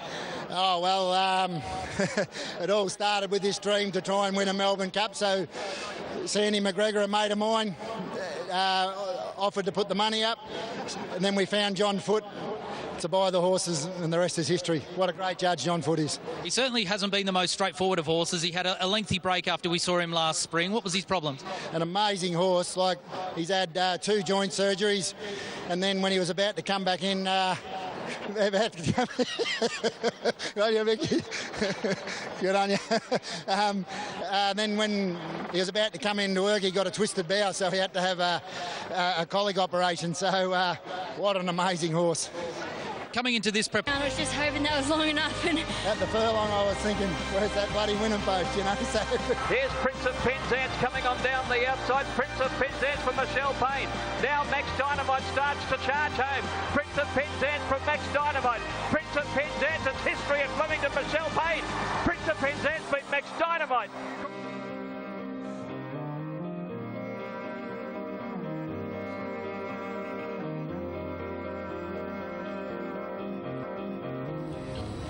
What amazing scenes as we look back on the Emirates Melbourne Cup. And as Bruce McAvaney said at the end of the Channel 7 coverage, the man that called his 35th Melbourne Cup, well, a champion becomes a legend. It's our great pleasure to have Greg Miles an achievement. Thank you, Richo. If you hang around long enough, things happen, you know. What a cup. Of all the 35, we will never, ever forget Michelle Payne. Yeah, no, I'm so glad that, it was a bit of a milestone for me, I suppose, but really that is the story, that Michelle Payne's Melbourne Cup win. Absolutely fantastic. Yeah. Greg, we first came through and hit the front and looked the winner. I didn't want to go too soon because I did think Max Dynamite would pick her up and run her down, so I didn't go the early crow then, but it was just extraordinary that this 100 to 1 chance was trucking into the race and walked the winner such a long way out, and I thought, well, something's going to run this down somewhere. But the aftermath was just magnificent to watch, and every now and again, because I've got the lawn stand under me, and every now and again they'll all just stand up, like when Damien won on Media Puzzle, they all just stood up and applauded, and you can feel the emotion. It's palpable, and it was just. I mean, it wasn't just the ladies, but they were really standing up and giving it a big cheer. And I've never seen a better reception for a 101 chance. Yeah, that's right. It was the one time when you lost. Most punters lost, but they still had a big smile on their face. Did you just landed back in Australia and you think, oh, who won the Melbourne Cup? Yeah. It's a great story. There was a bit of what I couldn't understand was why these Europeans this year decided to go so slowly in it. They arguably have the strongest stayers, but they absolutely walked in the race, which I suppose landed, Prince of Penzance's chance because he could sprint home fairly quickly. Look, one thing I will say about the Melbourne Cup, these European horses have changed the nature of Australian horses in the race because now there are less of those horses that are way out of form and not capable of winning from Australia getting into the race because of the push from the Europeans. And for that horse to start 100 to 1, given that he'd run second, set the pace in a record Moonee Valley Cup, if there weren't all those Europeans in it, he'd have been a 20 to 1 chance, if it was full of all of Australian horses. So I think that it has lifted the standard of Australian horses in that race. Terrific story, great result for racing, but an absolute farce, the race. An absolute embarrassment to 23 jockeys or whatever. There were some terrible rides in that. Don't they know how to judge the speed of a race? It was just uncompetitive from start to finish. I just thought it was a nothing race as far as tactically was concerned. But good luck to them. It's a great story. It's a great race. It's a great carnival. I could see the lack of pace coming. Aidan O'Brien, he had 3 horses. But it's nice to see the race come back to what is a great Australian handicap race, which makes the race. For sure. And it's gone back to that this year. Yeah, that's great. All right, that's it. For the 3-year-old fillies over 2,500 metres, it's a classic race. It's one of the great races we have in the Australian racing calendar. Last year, Set Square took the prize. Who will it be this year? I think it's time to get a market update for the Crown Oaks as Ben Damon joins me from Crown Bet. Ben, what's the latest? Yeah, let's have a look at the market. We've probably been robbed of our fairy tale with Jimmy Cassidy losing his ride, Dawny Perfect, which was scratched this morning. But it is a very open betting race, a very competitive-looking race. We have $4.20 the field. Ambience, of course, on the quick back up, $4.20, and has been pretty solidly backed in the last half hour, $4.40 into that quote. Jamaica is $4.40 into $4.20 as well. Then we have $6 for Pass. The best horse? Well, today it can be the best horse, but today it's going to be the best stayer because it's a wet track. There's no doubt about that. I'm worried about the pace in the race. There doesn't seem to be much, does there? All really good fillies in this that stand out. Yeah, most definitely. Sacred Eye beat the boys in the Caulfield Classic. Jamaica beat the boys in the Vars. We've seen the format. 22 flat and here, so look, they both went to the E3 and ran well with the excuses, so I think they're both right in the game. If you're asking me, though, I'm gravitating to the Tarzino form, the Vars form, and the 3 girls. Pasadena Girl Generations up. It's been a spirited betting race for the last couple of weeks, probably, but certainly in the last 48 hours. And they're away.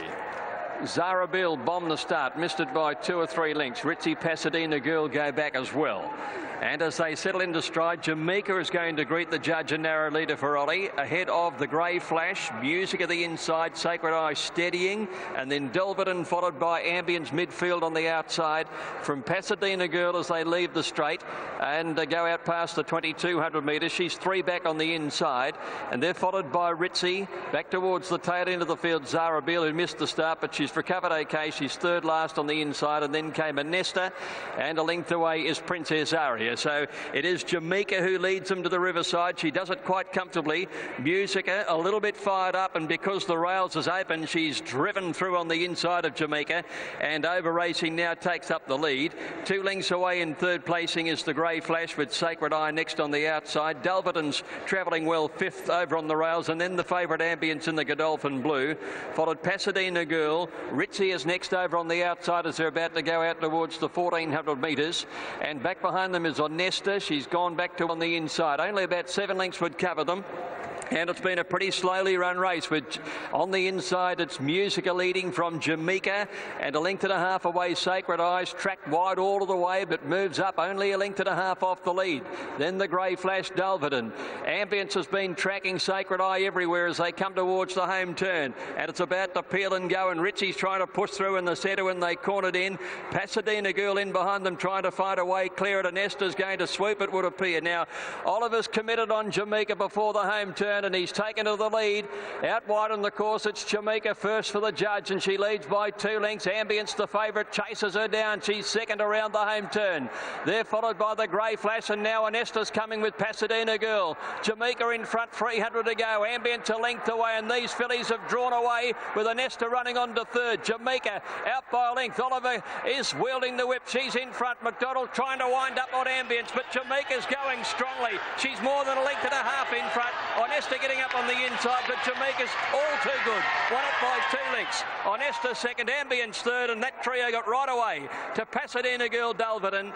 They're followed then by the Grey Flash Sacred Eye. A break behind those Princess Aria, and she was followed then by Ritzy, 2nd last to go over Zara Beale, and Musica last home. A brilliant staying performance sees Jamaica take out the Group 1 Crown Oaks, giving Kira Ma back-to-back successes in this classic race for the 3-year-old fillies. 2 Jamaica, 2 good for Damien Oliver. Kira Ma. 2nd has gone to 5 Anesta. Big run by... You were cantering out of the straight. We were, Sammy. I thought no one would want to take it up, but I wasn't going to hesitate to be the one because a lot of faith in this filly's staying ability. She had a faultless preparation, and she settled, actually dropped the bit in front, and I just stayed off the rail a bit, and one came up inside her, and it ended up taking it up, but she was just going too easy a long way from home. I had to let her go. I think key to this filly was too strong through the line. Yeah, well, she hasn't fallen in, has she? She won by 2 1/4 lengths, and Ambience was there at the 200 to threaten. She was breathing down her neck, but she responded and kept going way too well for her. Splitting those was Anesta, ridden colder today. A lot about at the moment, Matt, in Kieran Ma. I mean, this young trainer, if ever there's a guy that you could think, gee, I tell you what, he'll train a Melbourne Cup winner, it might be Kieran Ma. Well, there's a bit of Darren Weir about Kieran Ma and a bit of Kieran Ma about Darren Weir, isn't there, Greg? They both got that kind of laid-back, laconic, farm-bred sort of thing that sort of resonates through the patience they show with their horses. And, you know, Kieran Ma and Damien Oliver, 6 months ago, he marked this as an Oaks winner, and look at what we saw unfold on Thursday. He's got an amazing CV already, hasn't he, with the jumpers and what he's done with Fricandi and 2 Oaks in a row. Such a laconic character, and I know you've written about it many times that sometimes trainers' characters come through in their horses, and he's an amazing guy, Kieran. I think that what he's done in a short amount of time, and a great planner, obviously. I mean, she was going to win the Oaks months ago. That's right. You get your confidence from that, but I think it's his horseman skills and how to get him to peak on the right days. Yeah, the great trainers see something that mere mortals don't. Yeah, that's one of those. Yeah, I think he earlier was the favourite during the week, but has certainly drifted with this huge support for Secret Number. Beaten up $6 $4 into $5.50, back out to $6 now. 100 metres, distance that doesn't get used that often here at Flemington. They've been running the Queen's Cup since 1979 when it replaced Sacking the Pace. From a middle stall alongside of Dandino, hopped out of the gates well, and Bonfire jumped nicely on their outside, and he's going up and taking over the running by the 100 the first occasion. So Bonfire at the post leads by about a length. Don Dorimo is second. Secret Number, the favourite, is in third, placing 2 lengths clear from Dandino, and they're followed then by Beaten Up, who's gone back third last on the inside. Bold Sniper again a little bit too keen and is exposed out wide, so the rider the time being for McDonald. 1,000 metres left to go. They're followed Don Dorimo and Nick Dandino, 2 Beaten Up Like a Carousel, and Bold Sniper's just lost touch with them a little bit. He's about 3 lengths away. 800 metres to go. Bonfire almost joined now by Secret Number, getting a little more anxious in the race. And then Dandino outside of Don Dorimo. Like a Carousel's off the bit. Beaten Up trying to force his patches to get away from the rails. And Bold Sniper is last as they're on the run around the home turn. Bonfire for Walker narrowly, but now McDonald shows the whip a little bit to the favourite. He's moved up on the outside, and Secret Number now takes the lead. But Dandino immediately went to him, and Dandino said, "What have you got?" Secret Number says, "Well, we'll find out," because Dandino's going for home early. Gets away on Secret Number, leads him by a length. Oh, he got tightened up there as Dandino laid in, and on the inside Don Dorimo fighting back, but Dandino by the 100 metres races a couple of lengths in front, and Dandino scores by 2 lengths. Oh, very important bombing photo for second. Maybe Secret Number from Don Dorimo. They got away then on Like a Carousel and Bonfire. Aaron Weir winning the Emirates Melbourne Cup on Tuesday. He now takes out the Group 3 Queen's Cup on the Saturday with Dandino. A fairly new addition to his team, but what a horse he's been for us. Skinny, 260. Exactly, if you went that way, 640. And try 89. And runner-up in a Geelong Cup, wins the Queen's Cup there. Dandino defeats Secret Number. They decided not... They didn't go terribly quickly in this. It was a bit of a sprint home. They've run home half a second faster than they did in the Emirates here. So at the end of a long race, it's a pretty good effort. Look, he's a quality horse. Ben Melham got into trouble for crossing here. He's crossed the second horse and tightened him right up there, Secret Number, who was having his first start in Australia, and Ben got a suspension for that. I don't think it made any difference to the result. Cost him, yeah, I know. Well, if he'd run third, it's all it's done is cost him second. Yeah. So, you know. Day at Flemington, one of the highlights of the day is about to come up. It is a Group 1 event, of course. It is the Darling Classic, and we get to see Chautauqua go around here. They were betting $1.45 earlier in the week. Well, Chautauqua now $1.80 and has been pretty easy through the course of today. $1.75 out to $1.80, and there still has been plenty of money for Chautauqua. It is the one that they do want to back. A few bets of $10,000, $5,000, and if anything to beat it, they are backing Strakandi, currently $7. VRC Darling Classic over 1,200 metres. This is a sprint race heavyweight championship. Since this race has been run on this day as a weight for age Group 1, and that began in 2007, great horses have won it year in, year out. 2007, it was the champion Miss Andretti. Swick won for Bart Cummings at a big price the following year. Then we had All Silent, back-to-back victories for the legend Black Caviar in 2010, 2011. Mental won for Peter Snowden in 2012. The Mighty Buffering in 2013, and Terra Vista last year. And he had an upgrade throughout the day. Of course, we started the day with the track rated a heavy 8. We're now in the soft 5 range. Blue skies at the moment. For a while there, it'd be head-on down the straight. So I think we're going to look for, with Buffering, the obvious pace in this race. Championship of sprint racing. Yeah, it is that. It's just become one of the great races on our Australian racing calendar, hasn't it? And such depth to our sprinters. Chautauqua holds the call, and rightly so, Shane, on what we've... They're off. Buffering brilliantly away from the stall. Chautauqua slow. He goes out and he settles at the end. They all go grandstand. Buffering leads Tiger Tease, Flamberge, Lamosti right against the fence. Candy getting into a handy place. Then Delectation, Boban. Back behind them is Chautauqua, who's gone right back towards the end of the field, and Delectation is at the rear there in company with Terra Vista. They come along now and head past the 800, and Buffering against the outside leads from Tiger Tease, Lamosti getting a nice trail behind behind Buffering. Flamberge edging out. Delectation getting up on the rail from Street Candy. Then Boban. Now Chautauqua still at the end of the field as they head up towards the 400, and then came Terra Vista. So Buffering high rolling in front. Lamosti chasing him. Tiger Teasers off the bit from Flamberge. There's Chautauqua. He's got right out towards the middle of the track. Coming with the Shri Candy. It's Buffering in front. Coming to the 200 metres, giving everything. Lamosti joining in. Chautauqua on the far side. Delectation and Shri Candy. 5 chances. 100 left to go. Buffering, Terra Vista. Delectation bursts through with Chautauqua. They hit it. Delectation causes a boil over. Just beat Chautauqua, Terra Vista, Buffering and Shri Candy. They're followed behind those to finish in the race to Lamosti, Flamberge, Tiger Tease and Boban. Chris Waller has done it again. Delectation has caused an upset. He's come through to win the Group 1 Darley Classic. Number 7, Delectation, Chris Waller and James McDonald in a boil-over has defeated number 2, Chautauqua, who's come from the clouds down on the far side. He's only just been touched off. 3rd in has gone to 4, Terra Vista, the defending champion, and 4th in, number 1, Buffering, after setting the speed. But Delectation in an upset. Waller as well, so he's given me a lot of support over last year, and it's great to ride a very good horse, very good straight horse, I might add. And a stick race, but up the straight, cover, and that's why they all got home. They had cover, and they were too strong in the end. Yeah. The grey horse was probably on the wrong side. Yeah. If he had drawn out something special, Delectation. Vista, Buffering and Shri Candy. He is a freak show, is he, Chris Waller? That's his 56th career Group 1. He's 9th for the season. James McDonald, 30 Group 1s at 23 years of age. He is a remarkable young rider, and at $14, 18 into $14, defeats the short price favourite Chautauqua, who was brave.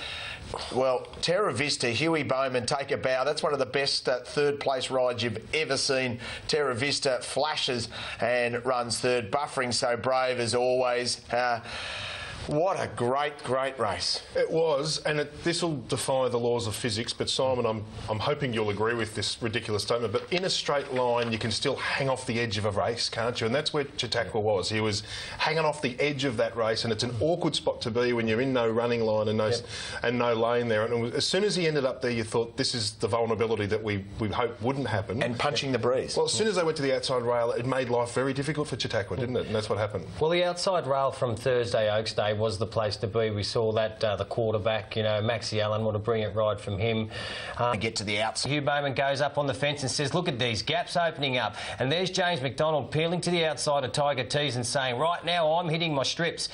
Look at Terra Vista. He hits the front in front of Buffering. No problems there. Delectation, just look, when you say where the best lane was down the straight at Flemington, it was quite clearly they won on the outside fence all day. They never got beaten a photo on the outside at Flemington there. Very good down the straight, gets up and wins and beats Chautauqua. Oh, goodness gracious me. He's been one of mine all the way through. I've got a love-hate relationship with him.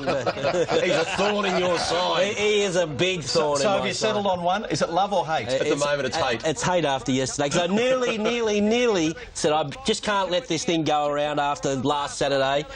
But look, on the back up, too good, Chris. Too good you are. It's amazing. We know how good lethal he is down the straight, and he performed to his best yesterday. Chautauqua was good. Just that little bit of an inside barrier with just minimal cover. I'd hate to think what Terra Vista's sectionals between the 300 and the 700 and the 100 was. That 600 metre between the 7 and the 1 was outstanding. He just didn't, like the last 20 metres of the race, he didn't make any more ground on Delectation. In fact, I think Delectation, was starting to get away on him again. But geez, a good horse down the straight, Delectation. I mean, he ran second to Brazen Bow in that Coolmore Stud Stakes last year. He ran a place in the Gill Guy. He was probably a little unlucky in that too. So he's just a horse that loves the straight. I agree with you. You can't trust him anywhere else. But you just about can trust him down that straight at Flemington. Well, on Saturday, he was just that victim. Saturday, oh, he's there. He's there. Why not have a go? Yeah. Take him over there. He's won it before. I don't know what Shrikandi's mission is, but yeah, look, that doesn't look a It looks a winnable race. It's a winnable race. Yeah, for those horses. Here at Flemington now, we're not too far away from the Group 1 Emirates Stakes, over 1,600 metres, worth $1 million. A quality handicap that over the years... Race to race double, because Bow Creek will go around here about $5 and has been very solidly backed in the last hour or so. Was well backed this morning as well and has received a few bets around that $10,000 mark as well. They continue to pile into the Emirates Stakes, a Group 1 feature over 1,600 metres, as the horses now make their way into the field for the parade. And the only scratching in this... All right, Murray Baker's got Turn Me Loose chasing a treble for his starts, his preparation. Murray's in it. Bow Creek, he ran enormous the other day. He really hit the line. If he backed... They're racing. Disposition from a middle stall looked to jump out well. Bow Creek, on the other hand, alongside of him, didn't jump well, and he's gone right back towards third or fourth last. Ecuador, one of the first to show. Turn Me Loose away brilliantly to second, and there's Coronation Challenge improving fast. She gets up into third placing, and then Disposition a length and a half away fourth, followed Lucky Hustler, Arrod and Rock Sturdy. Sons of John next down on the inside, a length further back. Bow Creek about the middle of the field now, followed by Magic Artist. Moriarty getting up on the inside of Amavatio, 2 lengths to May's Dream Politeness, and he or she was last of all. 1,000 metres left to go, and the leader now, Turn Me Loose. He's out by a couple of lengths. Coronation Shell in Ecuador, followed by Disposition, Lucky Hustler on the inside as they go by the 800, and they're followed by Arrod, Rock Sturdy, Sons of John on the inside. Next in the field is Bow Creek, about 7 off the leader as they swing around the home turn. Then Magic Artist, Amavatio under pressure. May's Dream Politeness, Moriarty, and he or she is last and under the whip. Turn Me Loose first into the straight in the Emirates, led by a length and a half. Coronation Shell in Ecuador staying to the inside. So does Lucky Hustler. They're followed by Disposition trying to weave a passage through, and behind them is Arrod, Rock Sturdy. Bow Creek under a lot of pressure. Turn Me Loose ran to the 200, being tackled by Lucky Hustler along the inside. Disposition can't go on. Rock Sturdy with a run down the outside, and Politeness coming. Turn Me Loose in front of Lucky Hustler. Here's Politeness driving home on the inside. Turn Me Loose from Politeness. Turn Me Loose in front. They hit the line. Turn Me Loose just held on and beat Politeness. Photo third, Rock Sturdy or Magic Artist over on the inside. He or she ran on from the tail of the field, followed by Amavatio. Lucky Hustler wilted on his run, and then Ecuador. Disposition didn't run it right out. Back behind those to finish, Moriarty. Bow Creek never a chance. Murray Baker takes another Group 1 during the Victorian Spring Carnival. Turn Me Loose wins the Emirates Stakes. An outstanding miler he is. 4 starts at the distance now, 4 wins, and he's gone back to back to back. Seymour Cup, Crystal Mile, and now the Emirates Stakes. An outstanding performance in front. Number 3, Turn Me Loose. Murray Baker and Kerry McAvoy can make new. Third in has gone to number 14, Rock Sturdy, down in the way on 6 of 11 starts. 12 months ago, he won a New Zealand 2,000 guineas. He's now won the Emirates Stakes. His rider, Kerry McAvoy, 3. A high cruising speed like Turn Me Loose does. Gee, you win a lot of races, and he's a seriously good horse at Turn Me Loose. Well done to Murray Baker and the team. And he does it at both ends. That's how talented this horse is. And Murray Baker, what a spring carnival he has had. Kerry McAvoy in the saddle, $9. Politeness, Flash Late, just misses. Rock Sturdy, terrific as well. They sprint home in 36.39. And, well, of course, Politeness was the eye-catcher from the rear of the field, but Turn Me Loose was able to do it up the front and then still have the audacity to sprint home under 25 seconds in the last 400 metres. And Matt, you've been connected with the camp throughout, and you've been saying that Murray Baker believes this horse is nearly as good, maybe as good as Mongolian Carp. Probably a different horse, yeah, different type, isn't he? Probably not as much scope to stretch out over further distances in those really big races. But 100, and when I let him off, he was still going strongly. So, you know, Politeness was charging late, but as you said, it's hard to lead and win over a mile at Flemington, and we had to do it yesterday. Remarkable career, mate. Congratulations. A couple of days on show. Horse. Yeah. You know, I just love the horse, and I just thought, well, maybe he was flattered by the bias at Moonee Valley last time, but he's He's a real good horse, this. There he is in front, Richard, and you know, there's one stat I'll bring up. No horse has won the Waterford Crystal Mile and backed up to win the Emirates since 1985. No, it's a very hard double to do, and the pace was strong in this race. That's the really interesting part about this. Pace was strong, and they did get home fairly slowly compared to the other races. Nearly 37 the last 600 metres, 36.63 I think it was, and he was getting tired, and he was entitled to get tired. Now, Politeness, you'll see her in the white cap there, starting to dart through in the white blinkers. Look, she got held up at the top of the straight for probably a few strides, and it was just a few strides too many.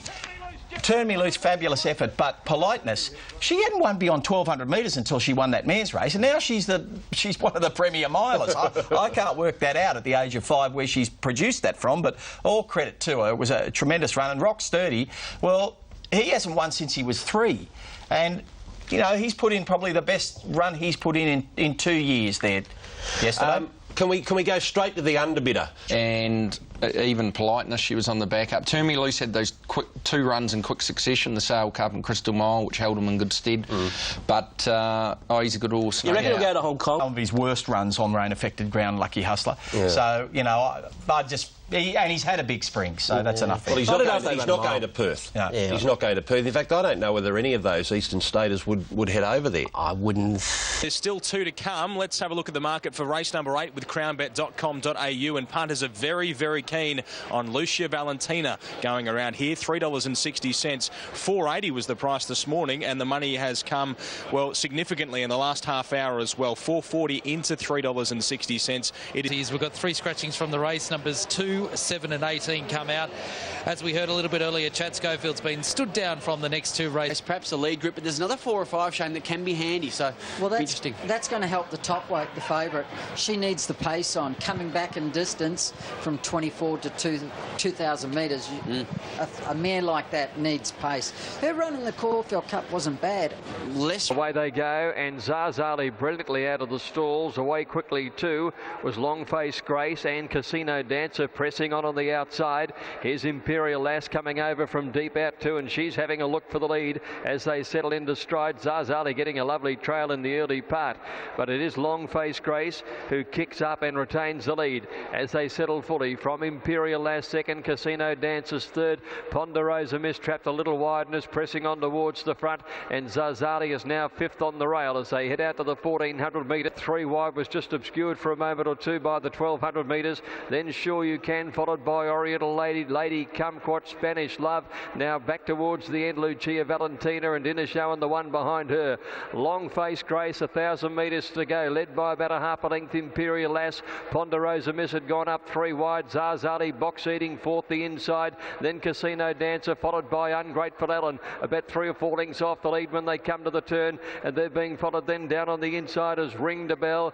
They're followed as they swing around the turn. No Tricks, Manageress. Oriental Lady will swing very wide. Spanish Love down on the rail from Sure You Can, and Lady Kumquat. Lucia Valentina still towards the end and about to peel out, and Inner Show is tracking her as well. So Imperial Lass took the lead from Long Face Grace. Zarzali is going for an inside run there as they come to the 400. Ponderosa Miss joining in the green and red colours up the middle from Ungrateful Ellen. Now Lucia Valentina, she is the widest runner on the outside. It's the charge of the Light Brigade. Zarzali down on the inside, hit the front near the clock tower. Now Lucia Valentina, Manageress and Casino Dancer are coming as well. Lucia Valentina on the outside, hit the front, I'd say. Yes, Lucia Valentina back in form beat Manageress and Casino Dancer.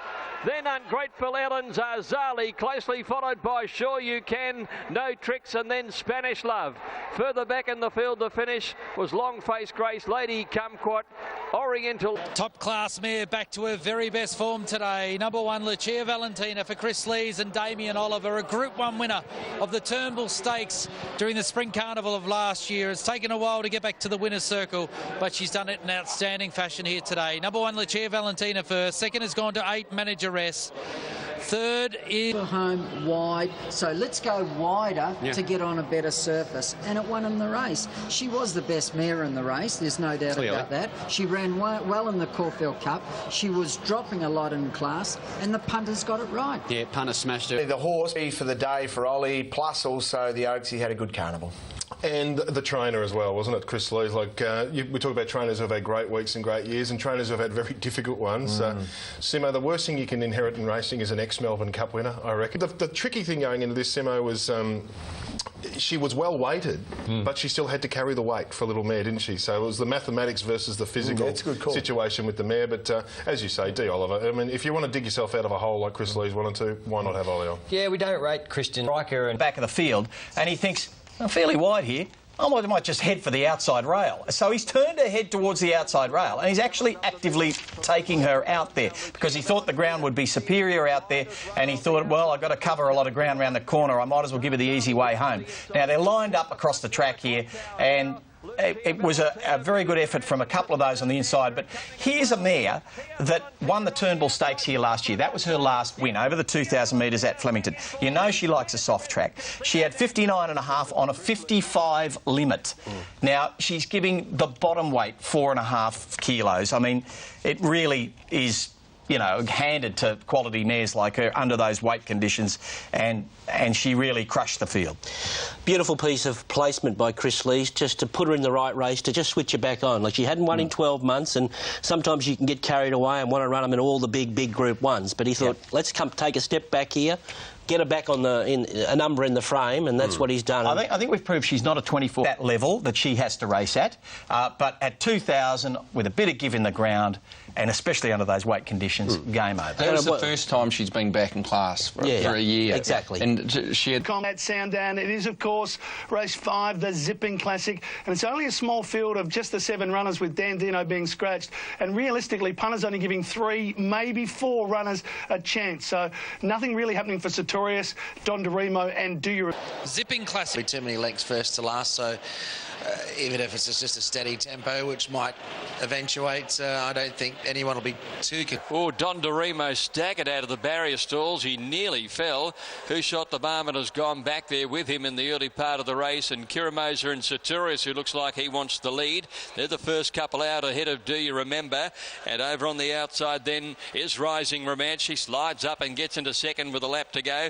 Tall Ship has gone to Don DeRemo. Tall Ship just looks to be a little keen there next on the outside, and Who Shot the Barman lobbed along, and he's not happy with the pace here, and Max off, J-Max off and running on Who Shot the Barman. Sartorius the leader down the back as they go out towards the 1,200 metres. Who Shot the Barman in a quick dash, and he did it pretty comfortably, got up within the neck of the leader. Rising Romance a length and a half away third, and then Do You Remember, Kiramosa, Don DeRemo's second last. Tall Ship will have to do it from the tail, 1,000 to go, and he's kept the run going on Who Shot the Barman and has taken up the running. So coming off the back, Sartorius now a length away second. Rising Romance a length and a half third at the 800 metres. Then Do You Remember, 1.5 Kiramosa, Don DeRemo, he's second last, running down to approach the home turn, and Tall Ship 7 off the leader.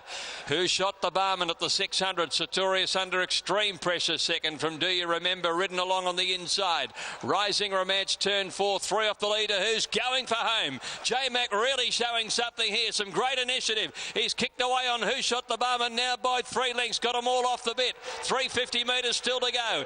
Coming on Tall Ship down the outside. Rising Romance quite one pace with Sartorius, but it's all Who Shot the Barman at the 200. He's 5 in front now from Tall Ship, and he'll romp it in and collect the big bonus too. Who Shot the Barman won it in a breeze by 6 or 7. Tall Ship, Do You Remember, held on for third, the Boulder ahead of Sartorius, Don DeRemo, An outstanding win and an outstanding ride. James McDonald taking off with 1,000 to go from last, getting to the lead and kicking away to win on Who Shot the Barman. Number 2, Who Shot the Barman, $3.20 and $1.70, far too good for his rivals. Second has gone to 4, Tall Ship at $2.40. 2.5 back to third. Cool masterpiece there by James McDonald, and that sums up what many consider him to be the best rider in Australia. Brilliant performance. Margin, 2.5. Terrific for...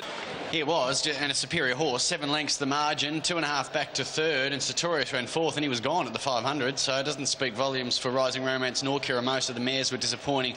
Who Shot the the barman at the 200. He's 5 in front now from Tall Ship, and he'll romp it in and collect the big bonus too. Who Shot the Barman won it in a breeze by 6 or 7, Tall Ship. Do you remember? Held on for third, the Boulder, ahead of Sartorius. Don Dorimo. Perfect example of why he is the premier jockey. James McDonald, he's 23 years of age, he's captured 30 Group 1s, and you can imagine he has a date with destiny, and that is he'll be a Hall of Famer. He's just a brilliant rider, Matt. Last at the moment, Simon, you pick up the action. So what we're doing here is Sartorius is leading, Rising Romance. They're going about even time. If anything, 14 seconds to every 200-metre furlong pole. So James McDonald and Justine Hales, they spoke about a plan to bring out the speed and the sprint of Rising Romance. So James Mack thought, OK, this is my opportunity. I'm going to roll forward along this straight, the back straight at Sandown, where I've got a couple of furlongs to do it. Now, when he gets to the front, look at Who Shot the Barman. He pricks his ears, he takes a breath, and he changes leg going into that half-mile bend, which is absolutely perfect. Now he gathers the horse underneath him, gives him a rest.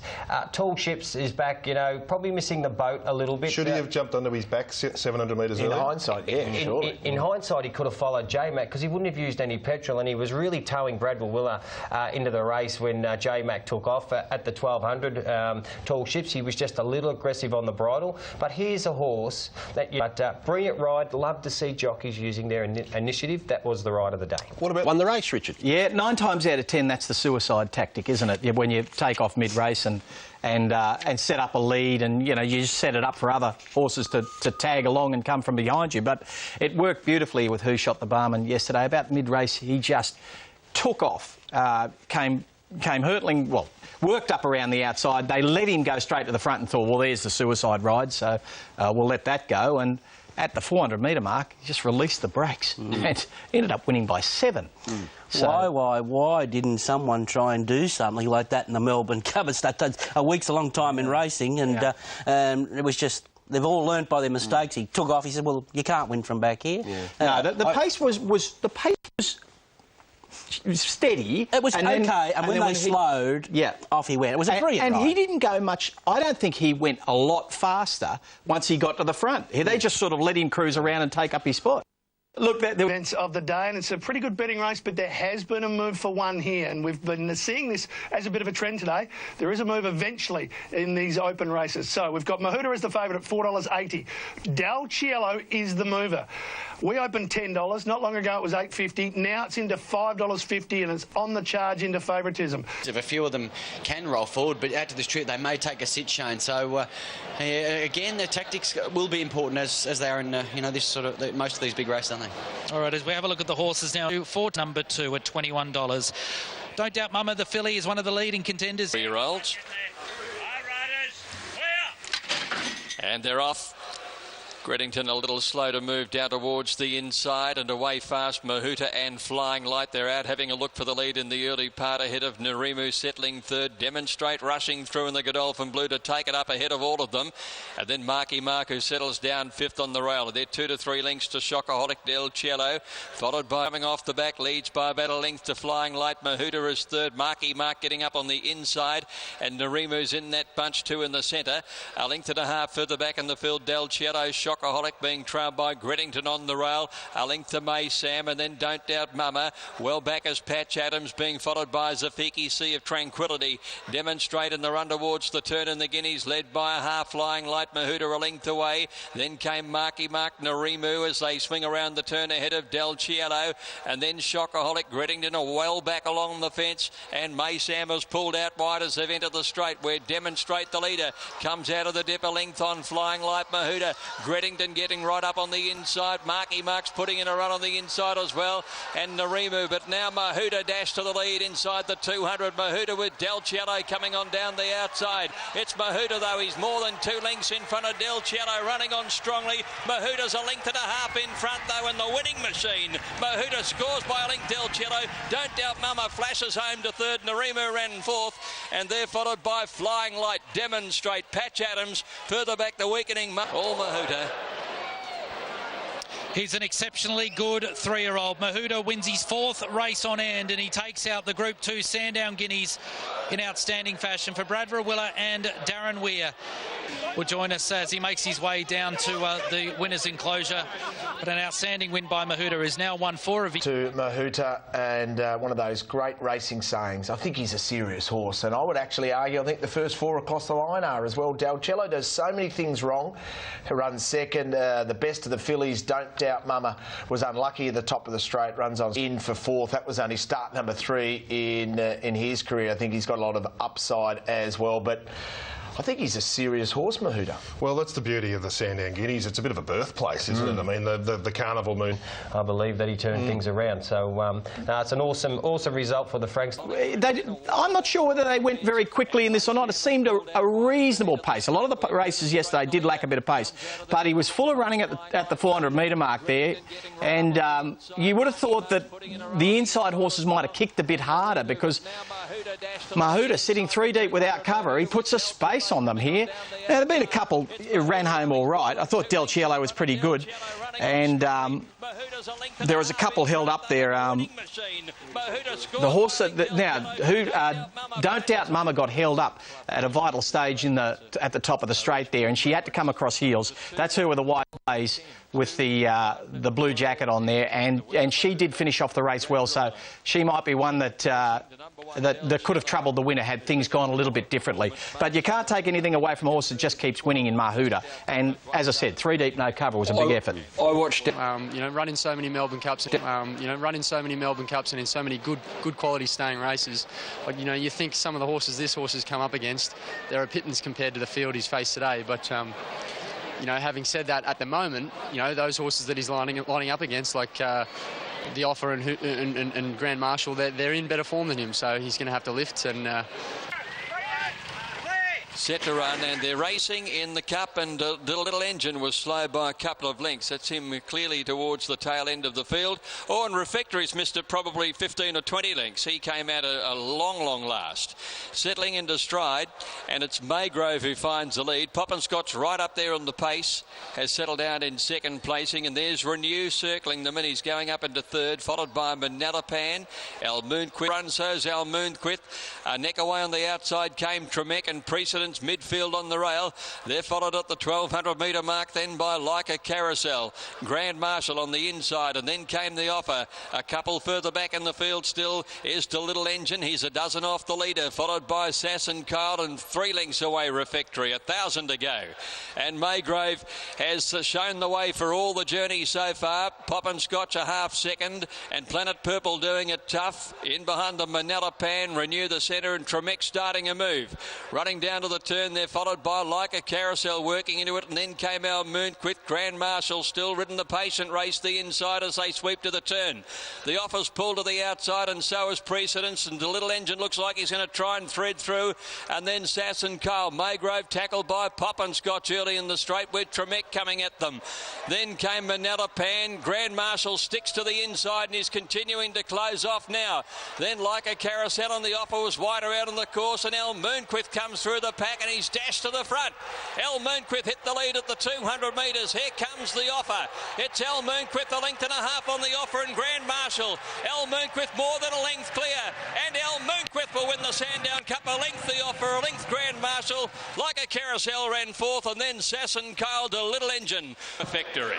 Al Moonquith takes out the 2015 Sandown Cup. A dominant performance here. Beautiful ride by Michael Walker for David Hayes and Tom Dabinick. Number 2, Al Moonquith first.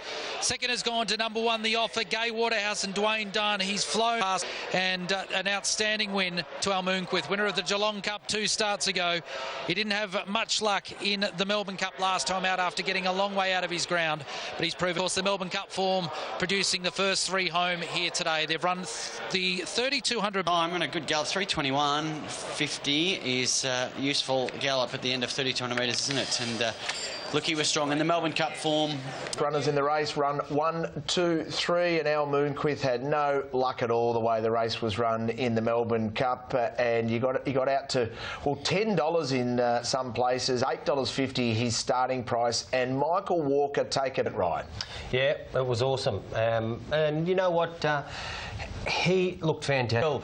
You had Almunkith, the Offer, and Grand Marshal running the trifecta. Yeah. Well, Almunkith, I thought it was a great ride by Walker. He at least he did the same thing as McDonald. He showed intent. He drew barrier 14. He showed intent to say, OK, I'm going to put you in the race this week. He went across, got across the outside. I think brushed his arm on the gates as well, and Magnificio was about a length slow to begin as well. Winner Blackheart Bart second last, Magnificio last. It's a Vaughan Sigley Quinella. Yeah, he's a nice horse, isn't he, Blackheart Bart? He just said, what's that, 3 from 3, this preparation, which is a bit close, Delicacy, than you would expect, but, look, she's run well. Just got a bit tired, I think. Just got a little bit tired first up. I'd expect improvement from her. But, look, only a small field, but looks a good quality race. Yeah. She's been beaten half a length by a horse who's rock-hard fit and racing in the form of his life. It's a beauty. And I think it's a forgive for her. I don't think that you'd be worried about her. First, second and third are pretty good. He's had a big year, Blackheart Bart. He's been to the Goodwood in Adelaide. He went up to the Stradbroke in Brisbane, back across to Perth, and he's been 3 out of 3 unbeaten this prep, and he heads towards the Railway Stakes. And that's what they think of him. He's favourite. 480 in front of Delicacy. Turn Me Loose. His disposition... Right. Turn Me Loose. This is the big one, the Winterbottom. Buffering's your favourite. Soft ground. Right. Next, this is the Crown Perth Winterbottom Stakes, $1 million in prize money, and the Buffering, he'll run your favourite. $4.60 was the opening price, tab.com bet. He's now $2.40. They've been continually chipping away at him, and he is going to run favourite in the Winterbottom Stakes at Ascot. Buffering champ. Second line of betting, Fast and Rocking, $10. Opening price now $6.50 through tab.com.au. Then we've got Magnificio. Racing now. And it was a great start. Liberty's Gem Buffering broke well. So did Mad as a Lucky Street. Bustled out of the gates early. Driving up Checkpoint as well. Fast and Rocking settled behind those. Joining it now, Cool Trade. Rommel a little bit wide as they'd settled properly into stride. So's Dawn Approach. Akadasset behind those. Waterman's Bay in the back half. Being followed then over on the inside next of all by Shining Knight. Back with Silver Stream. Magnificio second last. And Sujet has tailed off at the 650. Buffering was able to find the fence for Brownie, led a half a length on Mad as a Dawn Approach. Around them now goes up attacking 3 deep. On the fence to Liberty's Gem before the turn. The middle is Checkpoint, Cool Trade, Rommel 4 wide. Behind those, Lucky Street coming towards the home turn. Fast and Rocking searching for run. And now to the outside, Waterman's Bay, but Buffering led them at the 250. Brown went to work. The great horse Buffering led the way from Mad as a down the outside. Here comes Waterman's Bay, mowing turf. Buffering in front. Waterman's Bay running on hard, but Buffering wins the Winterbottom again. Buffering again the conqueror of Waterman's Bay. Down the outside, Silver Stream, Fast and Rocking in a very close photo for third. And right behind them is Rommel, Shining Knight, Checkpoint, Mad as a Lucky Street. Followed further back, Cool Trades. He's done it again. The great Queensland sprinter, Buffering. Ridden by Damien Brown for Robert Heathcote. Holding Waterman's Bay, having to be content with another. And it wasn't there, but gee, he's done it. He's won another Group 1, and I got a phone call from Dubai the other day. I'm keen to go there now in March. How's that one? Is that right? Yeah. And then there's a place the other side of Dubai. It's called Ascot. You want to keep going? Why not? This is just an look. I've said it so many times, Greg. He's such a wonderful horse, and in the Winterbottom Stakes, he's run second. Fast and Rocking has run third. Look, they'd be over the moon with that, but they probably were waiting for that win. It was a great performance from well back in the field. The horse 30th Group 1 performance today. He's now won 6 Group 1 races. He has been placed 13 times. He's the pride of Queensland. Winterbottom, and here we pick them up, Richard, with Damien Brown, just one off the fence, and he doesn't cut back to the inside until right on the point of the corner. I'd like to say he got a soft lead, but he didn't actually. He had to do a little bit of work to get to the lead there. They ran along at a more genuine pace than they did in the Railway, but he's capable of doing this. He's just got a high cruising speed. He just sits there, and you know, with the track playing the way it was, and it was probably you know, better towards the inside than out wider on the track, he was in the absolute box seat, and then his big heart kicks in and away he goes. They ran 33 something for the first, and then 34 something coming home. So he had to do some work to get to the front there, but he took the sting out of them. But what a great old horse he is. He's had 2 starts at Ascot there now, and he's won them both Group 1s. Yep. Just one shy of... Why not? But he's a good old traveller. Can you imagine it, like at 8 years of age now, I mean, he's been to Hong Kong once, but now he's going to have a crack at Dubai and maybe Royal Ascot. Well, he won that race in 2000. You know, this was Buffering's 30th Group 1 start in Australia. No, that's a big stat. In modern times, that's a record. He's won 6 now and he's been placed 13 times, but 30 times he's been around at Group 1 level. That's amazing. Yeah, he's just so durable. Well, they're going to be valuable as a stallion. But Takeover Target, Buffering, even Black Caviar we got to see 25 times. Yep. This is why people fall in love with them, because they see them so often. You wonder whether this... Look, it's hard to argue that laid the golden egg to a degree. The James Bogues Railway Stakes at Ascot, race 8 on the card. Delicacy at $4.40. Real Love, $4.80. The big field are coming down into the mounting yard. So let's head back live to the track, and here's Greg. Thanks, Maxie. Great betting race here for the Railway Stakes, and a lot of sets up here. It is reasonably light on with speed. Fuchsia Bandana coming out of the race certainly opens it up. Hazabeel likes to free roll, but the Invaders, Good Project and Messine can certainly race handy to the speed, so they should be suited. All right, let's have a look at the races. They're available to you, of course, in agencies in New South Wales, Victoria and the ACT, and no matter where you are in Australia via the app. On the third line of betting is Good Project here, number 10 at $6. Now, a week ago, this was $11, Good Project. Then we go to Black Hat. Set. Ready. Racing in the railway. And Messine got out very quickly from the inside. Belmont Girl. Good Project is gathering pace. Mr. Utopia jumped away pretty well also. Special Deliveries going up there in the first half. Hazabeel coming over. In behind them, My Sister Lil. Bass Straight being followed by Battle Hero. Blackheart Bart's gone back with Tower of Lonhro. The favourite last of all early on, Delicacy. Just up in front of her is Winkin' and Nod and also Real Love. Good Project, though, pressed on. And at the 1100 metre mark, it's Good Project, the Sydney Galloper by a length over Hazabeel. Messine's running third on the inside. Then Mr. Utopia pulling his way around them. The pace isn't all that hot early. In the middle, Special Delivery and a length away, Belmont Girl from Bass Straight striding up 3 deep.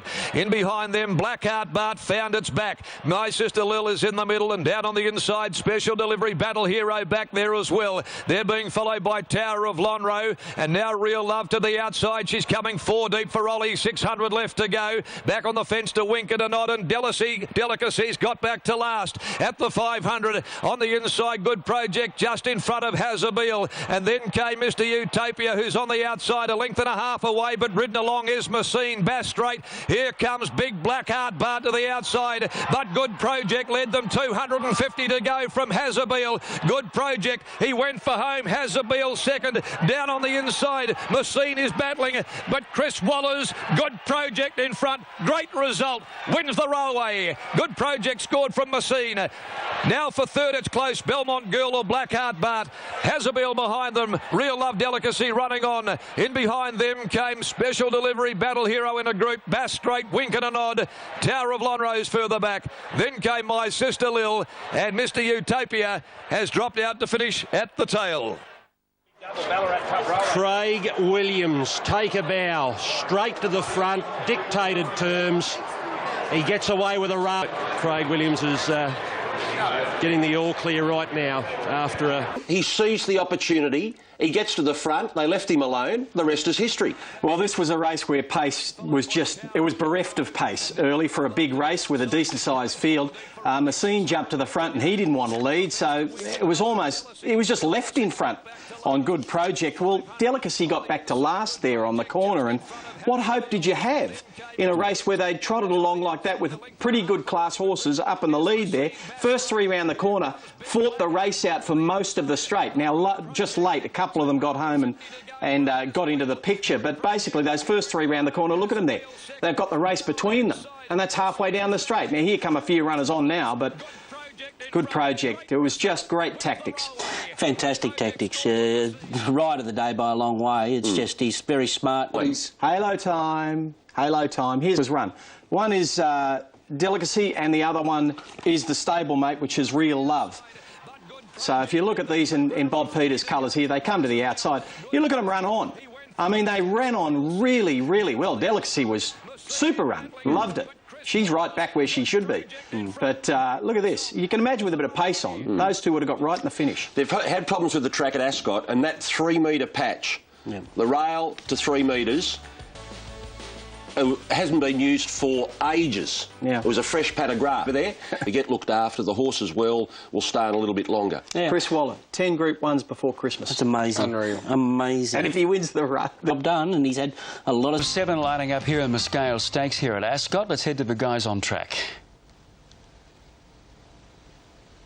6 here at Ascot. It is the Group 3 AJ Scales Stakes over the fourth.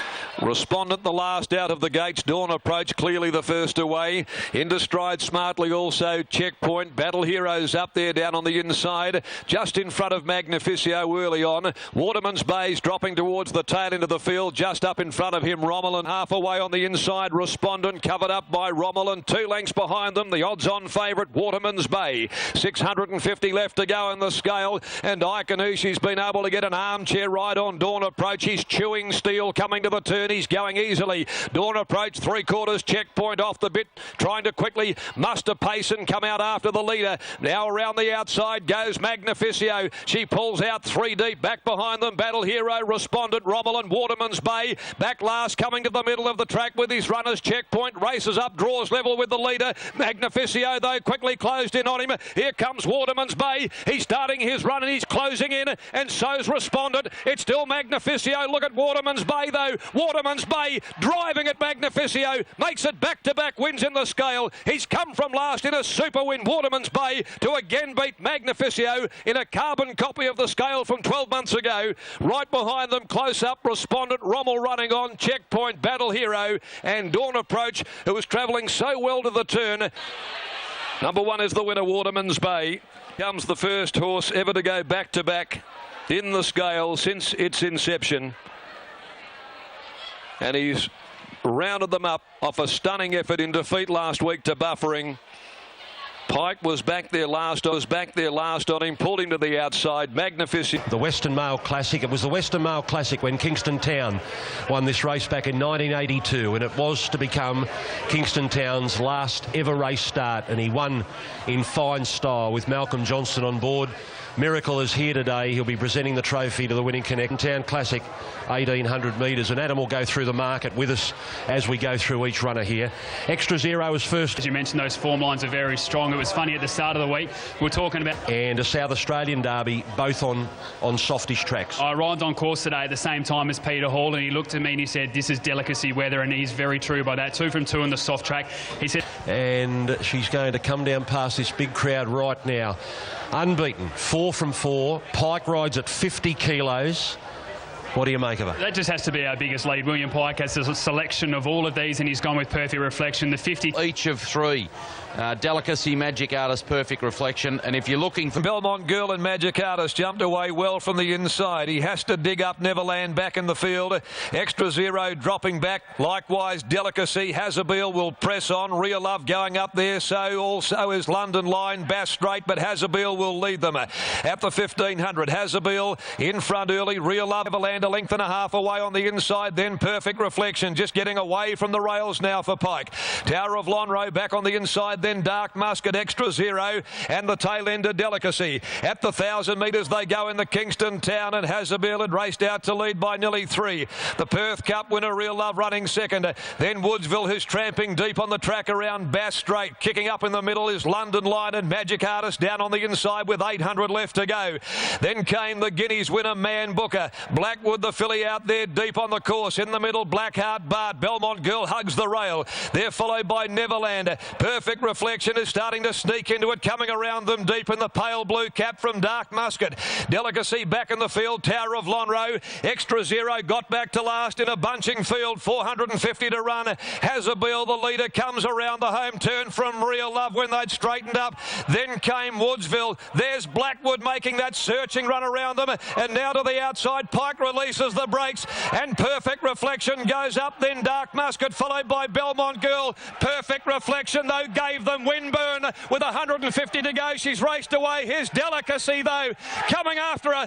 Delicacy, Perfect Reflection, Perfect Reflection, Delicacy. Don't know in the Kingston Town. Delicacy, Perfect Reflection.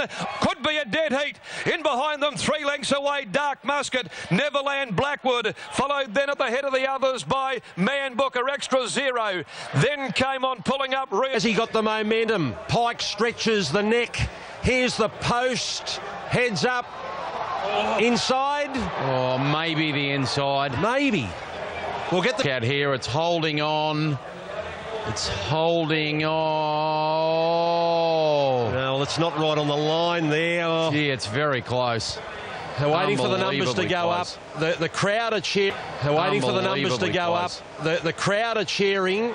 And there's the number now, 16, Perfect Reflection, the 3-year-old filly, the first ever 3-year-old filly to win the Kingston Town Stakes.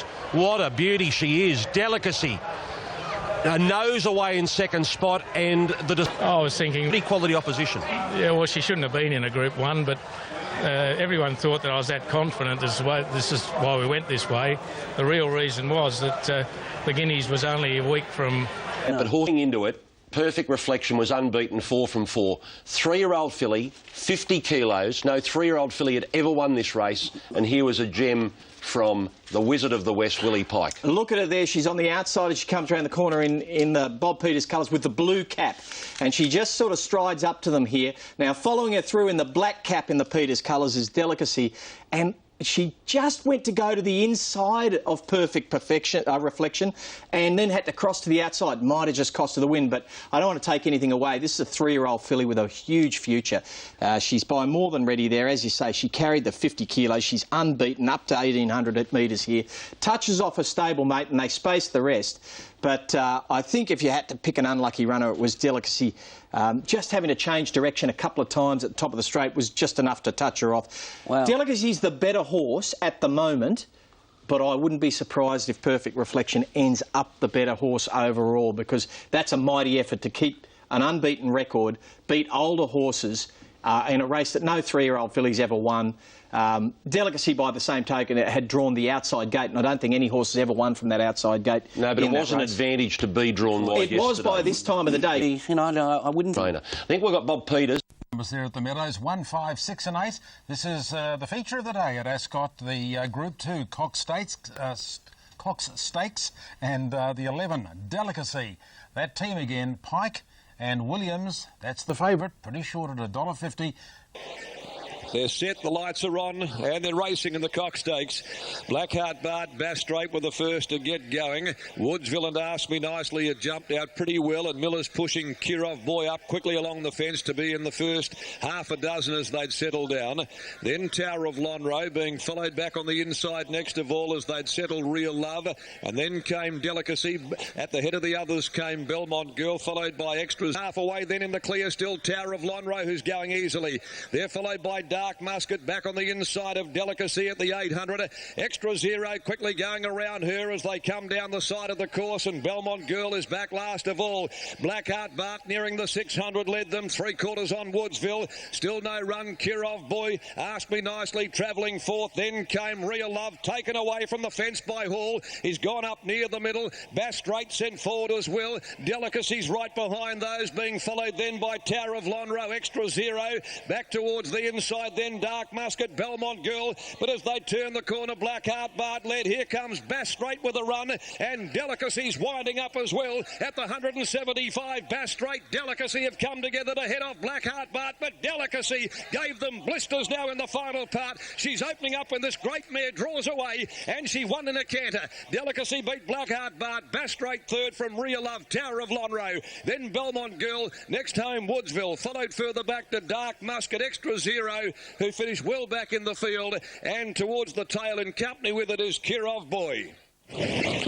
What a wonderful horse she is. Delicacy takes out the Group 2 Cox Plate. Bob Peters wins another feature over the West for Grant Williams, and Willie Pike is eating a magician. Since then, finished fourth in the Group 1 Kingston Town when ridden by Douglas White. Last start finished second, but was held up badly behind Badamajo, but speaks volumes that William Pike has hopped off Delicacy to ride Neverland. Will it be the right decision? It's one of the biggest decisions I've seen in Perth racing history, to actually jump off a multiple Group 1 winning favourite and get on the stablemate. It's going to be a huge call. I don't think it's the right one, but who am I to question William? One, Delicacy, best bet of the day. Think she's a standout. From number 13, Respondent. 10, Kirov Boy, and 2, Real Love. 1, 13, 10 and 2. I'm also with you. The weight doesn't scare me at all here. Delicacy on top. I think she'll win this well. From number 11, Neverland. Number 5... In the cup, and the first to get going, Proper Ranties, Badamajo jump well. Delicacy, she commenced okay from Ask Me Nicely, being sent forward in the early part. Neverland up there. Also Full Gur pressing forward from Dust Me Off. Belmont Girl settling over on the inside just in front of Respondent, with Woodsville going forward. Real Love will settle off the pace a little here this afternoon, in contrast to 12 months ago. Then came Dubai Escapade. 3 deep, Kirov Boy. He's in the back half early. Going around Tower of Lonhro. Then Dark Musket dropping back second last. 1,000 to go, and Miller's made this bold and audacious move on Kirov Boy to go to the lead from Badamajo. A length and a half away, then Proper Ranties. Neverland's up running fourth on the outside for Pike. Woodsville going forward as well here at the 800. Down on the inside, Delicacy from Full Gur. There's Savannah Roller, who's on the march outside of the roughie. Dust Me Off. Also taking off now, Real Love from Ask Me Nicely and Tower of Lonhro in a bunching field. Respondent cluttered up on the inside, and they're followed by Dark Musket, Dubai Escapade last of all, no more than 7 lengths from the leader. But Damajo's worked away back to the front. Kirov Boy calling it a day. Came back underneath the neck of Delicacy though. Around the outside, Real Love with Woodsville at the top of the straight. But Damajo, the leader from Woodsville. Neverland still there. She gets up on the inside. Real Love joins in. Here comes Dark Musket though with a run. Neverland, Dark Musket, Real Love, and now Delicacy. Here she comes. Delicacy under the 59 went to Neverland and Real Love, Dark Musket. It's Delicacy against the inside. Sublime, brilliant, greatness in the cup. Delicacy beat Neverland. Then came close up Dark Musket.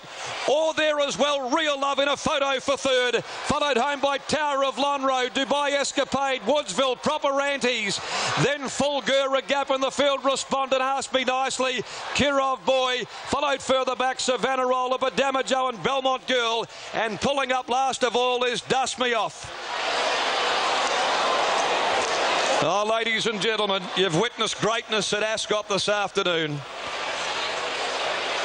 One of the great all-time mares of WA, the mighty Delicacy, with Peter Hall aboard, getting out of trouble when Kirov Boy compounded quickly in front of her. But her greatness, her class, and dare I say it, she might have just worked her way into the status of local champion. Delicacy giving Paul his second win in the Cup. An association with this mare that goes back to the autumn of last year when they won 2 Oaks, 2 Derbies. She beats Neverland. Bob Peters has trifected the Cup. Real Love has run third from Dark Musket in what really is leading owner breeder to not only race the winner, the second horse, but also has the trifecta. Back to the autumn of last year when they won 2 Oaks, 2 Derbies. She beats Neverland. Bob Peters has trifected the Cup.